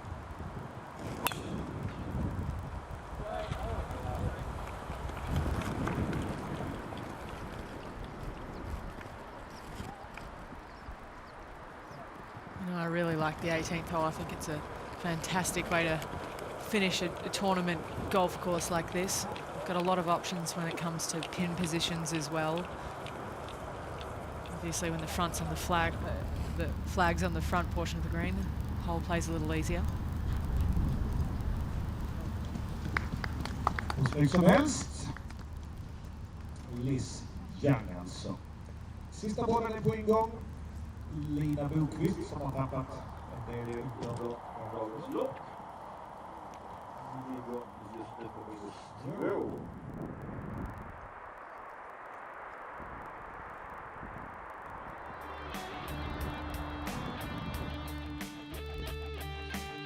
We have the 18th. You can see those two fairway bunkers over on the left, 225 yards to get past those, and this massive waste area over on the right-hand side, which players can actually ground their club. It's 260 yards to get past that, so ideally you'd head up the left side of the fairway and open up this green that sits on a bit of an iffy angle. Large tier running right through the middle of it. It's not a bad spot to watch the finishing groups come through as well. Although given the weather today, not maybe the most ideal place to be. Been a bit of a messy hole from Katie Burnett, but a little bit of meat on that bone. But it's all been about one lady, really. I know Ashley Simons pushed her as hard as she can, but well, she appears a tough cookie. A real body blow, wasn't it? What happened in the Czech Republic, and I suppose we're going to talk about that when we reference Nicole Brock-Larsen until maybe she knocks off the win tomorrow. Sad end to the round for Katie Burnett.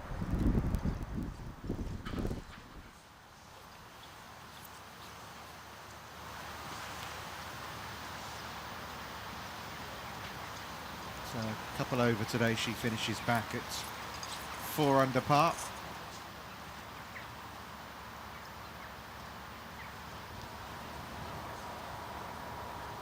Liz Young, who had that double bogey at 13, followed it with a drop shot at 14. She was going along okay until then.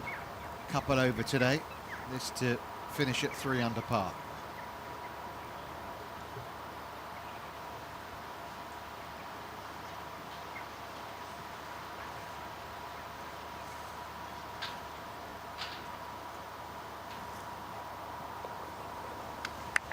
Kan vi konstatera att vi har Vattasans Barrio, Liz Young och Katie Burnett i mål. Och då har vi bara det bästa till sist.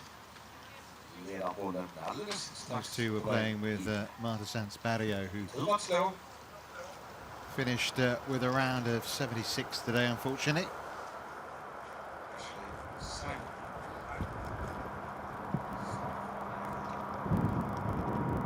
Still quite a long way in here for Simon. She's avoided the bunkers though. Ball's going to be below her feet here too. Just making it that little bit awkward. This is not the easiest green to come into with a hybrid as well, particularly out of the rough. I imagine she'll have to actually land this short of the tier and maybe run it up. I'm not sure if she'll be able to get enough spin on it to stop it on that back section of the green. Where the whole location is today.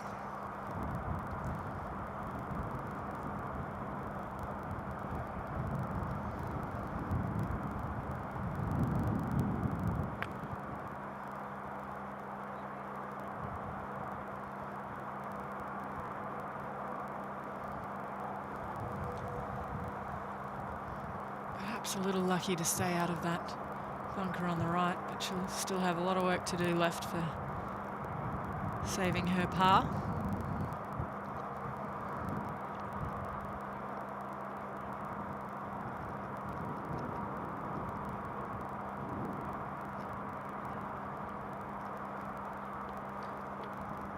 Another hybrid here into 18.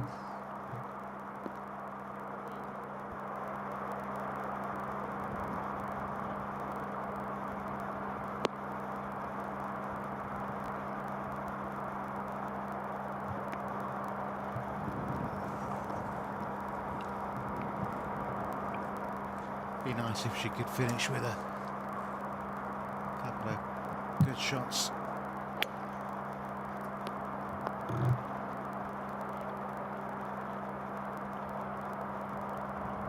That's a pretty solid hit. Been a very tough day for the Swedish rookie, especially when such high hopes and so many friends and family following her progress.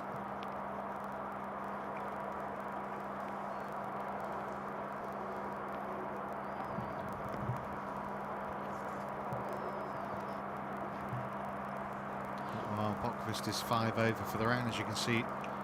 Brock-Larsen 6 under. And a par at the last would be the best score of the day.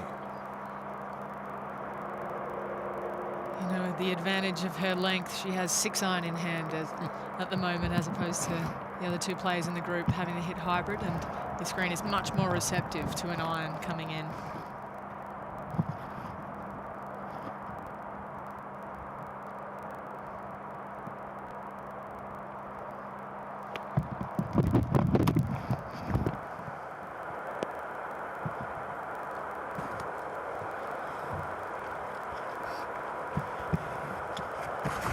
Well, the sand looks very wet there, doesn't it? It does, and you know what, unless there's a collection of water, you don't actually get free relief out of it. And in the bunkers, it's a little bit different to when you're on the fairway, when you can stand next to the ball and bring up a little bit of casual water in which you get relief. But well, this could make a bit of a difference, couldn't it, really? I mean, she hasn't had a drop shot all day. I mean, everything has been foot forward after foot forward, 4-shot lead is a pretty healthy advantage, even if you are looking for your... I mean, it's come out of its plug mark, that's the good news, but it's very wet there, the sand, but I think you're right, I don't think she'll get a free drop at all. You can see the club just getting a little bit caught behind Nicole there, starting her downswing with her body before her upper body had come through to meet contact.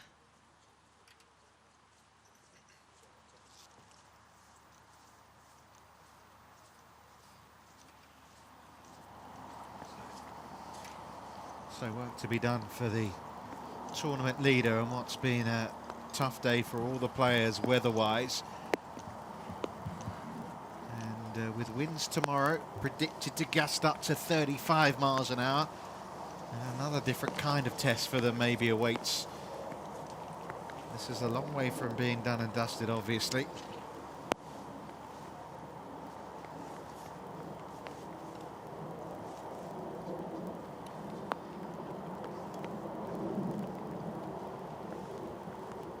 We saw Joanna Clatton in a very similar position.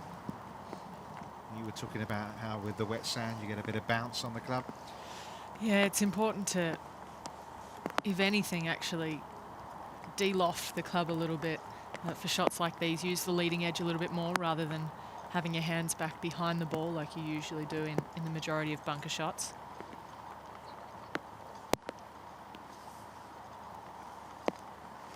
Well, she lives in Hillerød, which is about 25 minutes from the ferry that takes you across from Denmark to Sweden. A little further away to Johannesburg from where Ashley Simon comes from.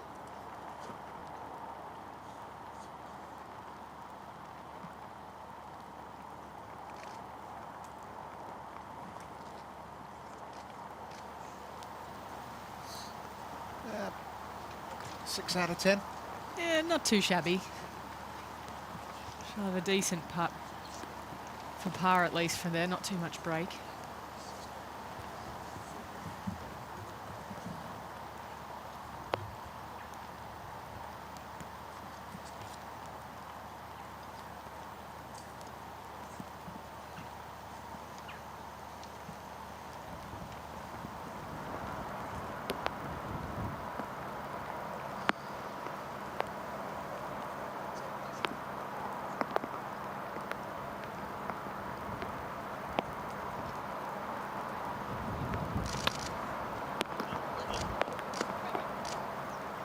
Yeah, very similar to what happened to Joanna Clatton.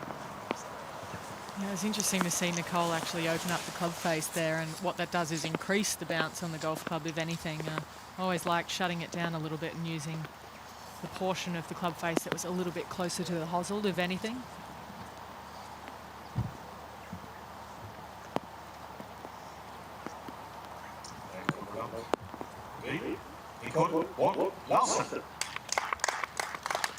Great view there of Nicole's shot at impact. Left it pretty close to the golf ball, obviously adding to the yardage of the shot a little bit.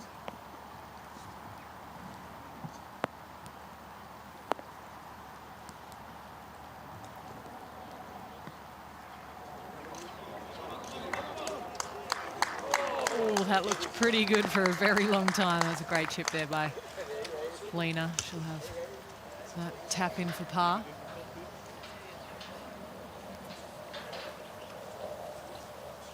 Well, she's gone 27 holes without a drop shot. Nicole Brock Larson. A bogey at this stage wouldn't necessarily be anything to really concern her.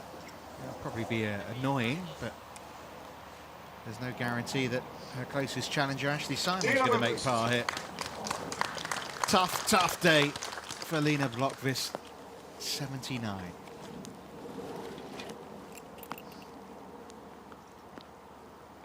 Beg your pardon, don't want to do it wrong. That's a 78. 5 over par.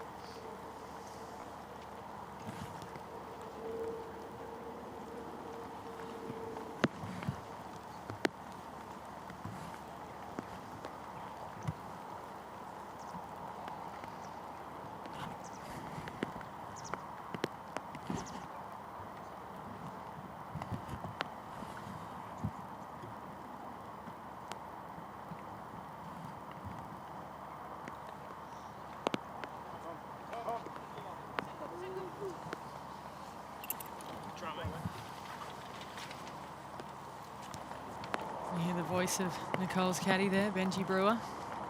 Good try, mate. Well, it will be a first bogey of the day.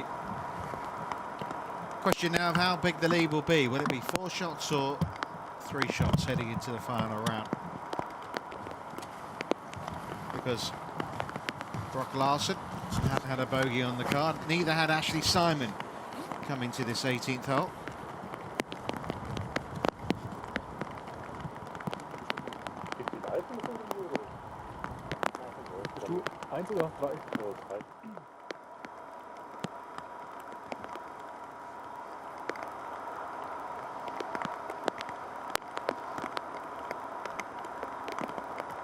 What do you think this putt's going to do? If anything, I'd say it'll be a little left to right. As a general rule, the 18th runs down towards the front left of the green.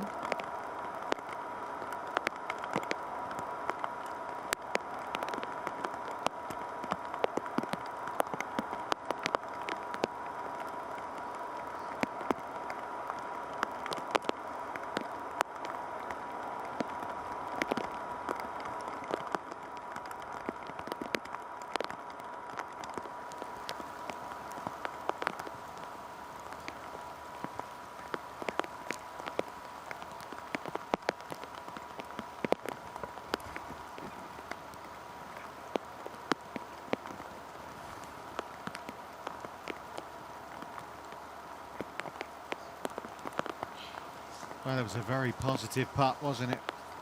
But it is a bogey for Ashley Simon. 10 under par Simon for the South African.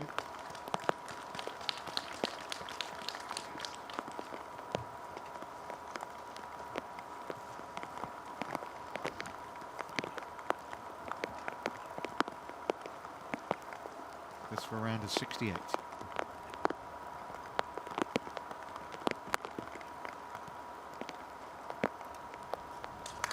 Nicole Brock Larson will take a 4-shot lead into the final round of the Helsingborg Open. Fabulous round of golf, spoiled a little by that drop shot at the last. But that ladies European Tour breakthrough, quite possibly 18 holes away. She is in a brilliant position, Alison. She is, you know, and it's so important for her to go into this final round with a confident lead, I think, especially after what happened in Pilsen. And she looks good out there. She looks really solid, tee to green, and her putting's held up today as well. So, do you need my help? Well, confirmation there of that 4-shot lead from Nicole Brock Larson. Has 68, equaling the best score of the day. Just a 1-drop shot. Eagle on the card, of course, as well as those 4 birdies. 71 in the end from Ashley Simon. Marlene Jorgensen coming back from that double bogey at the first to shoot a 69 in the company of Felicity Johnson. Joanna Clatton at 6 under. Well, it's 8 shots adrift. It's unlikely to see a winner from that far back, isn't it? Very much so, you know, especially with some of the places that you can miss it around the greens here. You see a lot of birdies, but you do see a few doubles and bogeys in it. Unless you have a birdie free, you know, probably 63 or something like that from that chasing pack, it'll be unlikely to see a winner from so far back.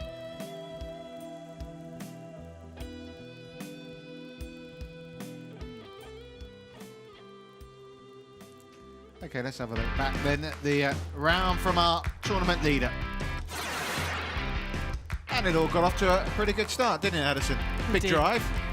Massive drive by Nicole, and it's a good thing too, this pin so far back, and there weren't too many players that were hitting wedge shots like that into number 1. Looks like it was a different day, doesn't it? Maybe even a different country. Yeah, great positive start with the birdie. Starting the day with a 1-shot advantage over Ashley Simon. This was at the 8th,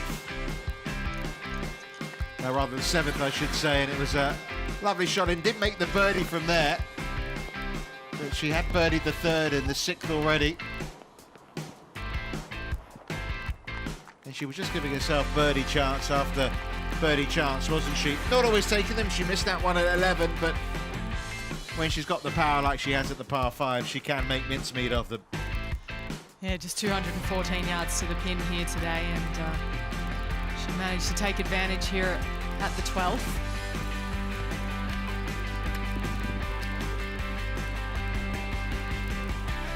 Yeah, really good lag putt down the slope it came. And a 2-putt for birdie. Her 4th of the day. But as I was saying, you know, the putter wasn't exactly hot, was it, in this 3rd round? No, and it's hard not to think that, but she just gave herself so many chances, hole after hole at birdie. Yeah, she had a chance at 13, 14, 15, and then this was probably the shot of the day at 16. I couldn't agree more. This is a fantastic golf shot. That pin is not easy to access, particularly with a wood, and using the slope to perfection there, setting up a great eagle chance. Yeah, a chance for her to get to 15 under. This time, she judged it to perfection, an eagle 3. And it gave her a 4-shot advantage. So, Brock Larson heads into the final round with a 4-shot advantage. What does she make of it? Well, let's find out. She's speaking with Edgar Morse. Firstly, congratulations for your round today. Just a single bogey there at the end, but otherwise it was impressive stuff. Yeah, I played really well today and made no mistakes, and when I did, I just fought back. The last approach was just out of nowhere, and I wasn't committed, so they didn't end in a bogey. Yeah. It's your big hitting that gives you an advantage, and that eagle at 16 really could be the difference. Yeah, today I could putt on 3 par 5s, so it makes it easier. And yeah, it's just nice to hit it long and could reach the par 5s. You're so determined here this week, aren't you, to make up for Hamilton Pilsen? Yeah, it's really nice that I'm just keep going, and I'm in the lead for tomorrow. So tomorrow's going to be excited. Yeah. And it looks like it's just going to be between you and Ashley Simon. What do you think you need to shoot? Realistically, 3 or 4 under? I don't know what I have to shoot, but I'll just make a number tomorrow and then go for it and see where it takes me. Good luck. Thank you. Yeah, maybe Marlene Jorgensen and Felicity Johnson might have a word or two to say about that, but you can see, looking at leaderboard, why it does look like a 2-horse race. Yeah, with such a commanding lead, you know, she has 6 shots on 3rd place, and that's a big gap between just the 3 players. It'll be interesting to see, you know, who comes hot out of the gates tomorrow. Because if Brock Larson shoots under par tomorrow, then Jorgensen and Johnson don't really have much of a chance, but if there's a wobble, then there may be an opportunity. Yeah, and, you know, sad to reference it again, but we have seen her wobble in the past, obviously, most notably in Pilsen 3 weeks ago, but she's been in contention a few times this year and just has never really got across the finish line. She did it again at the Ladies European Masters. She was in contention, looked really good, you know, on and off the course. She was very confident, and it'll be interesting to see how she holds up tomorrow. Well, she is a 2-time winner on the Access Tour, but this is the Ladies European Tour. What an opportunity awaits for the Dane tomorrow. 22 years of age, 6th on the Order of Merit. Some disappointing rounds there. Beth Allen just couldn't quite get going. Round of 73 from her, and Katie Burnett at 75. Pernilla Lindberg, the highest ranked player in the field, also too far adrift to really make her mark and win her first title on this Ladies European Tour. But that opportunity certainly awaits Nicole Brock Larson. Got it going, did Minea Blomqvist in the front 9:31, but unfortunately didn't happen for her coming back. Cut mark came at 1 over par, so these players in the latter part of the field. Lots to look forward to then. Hopefully you'll join Alison Walker and myself, Richard Kaufman, for the final round of the Helsingborg Open. Sunday in Sweden. It could be redemption day for Nicole Brock Larson. Bye for now.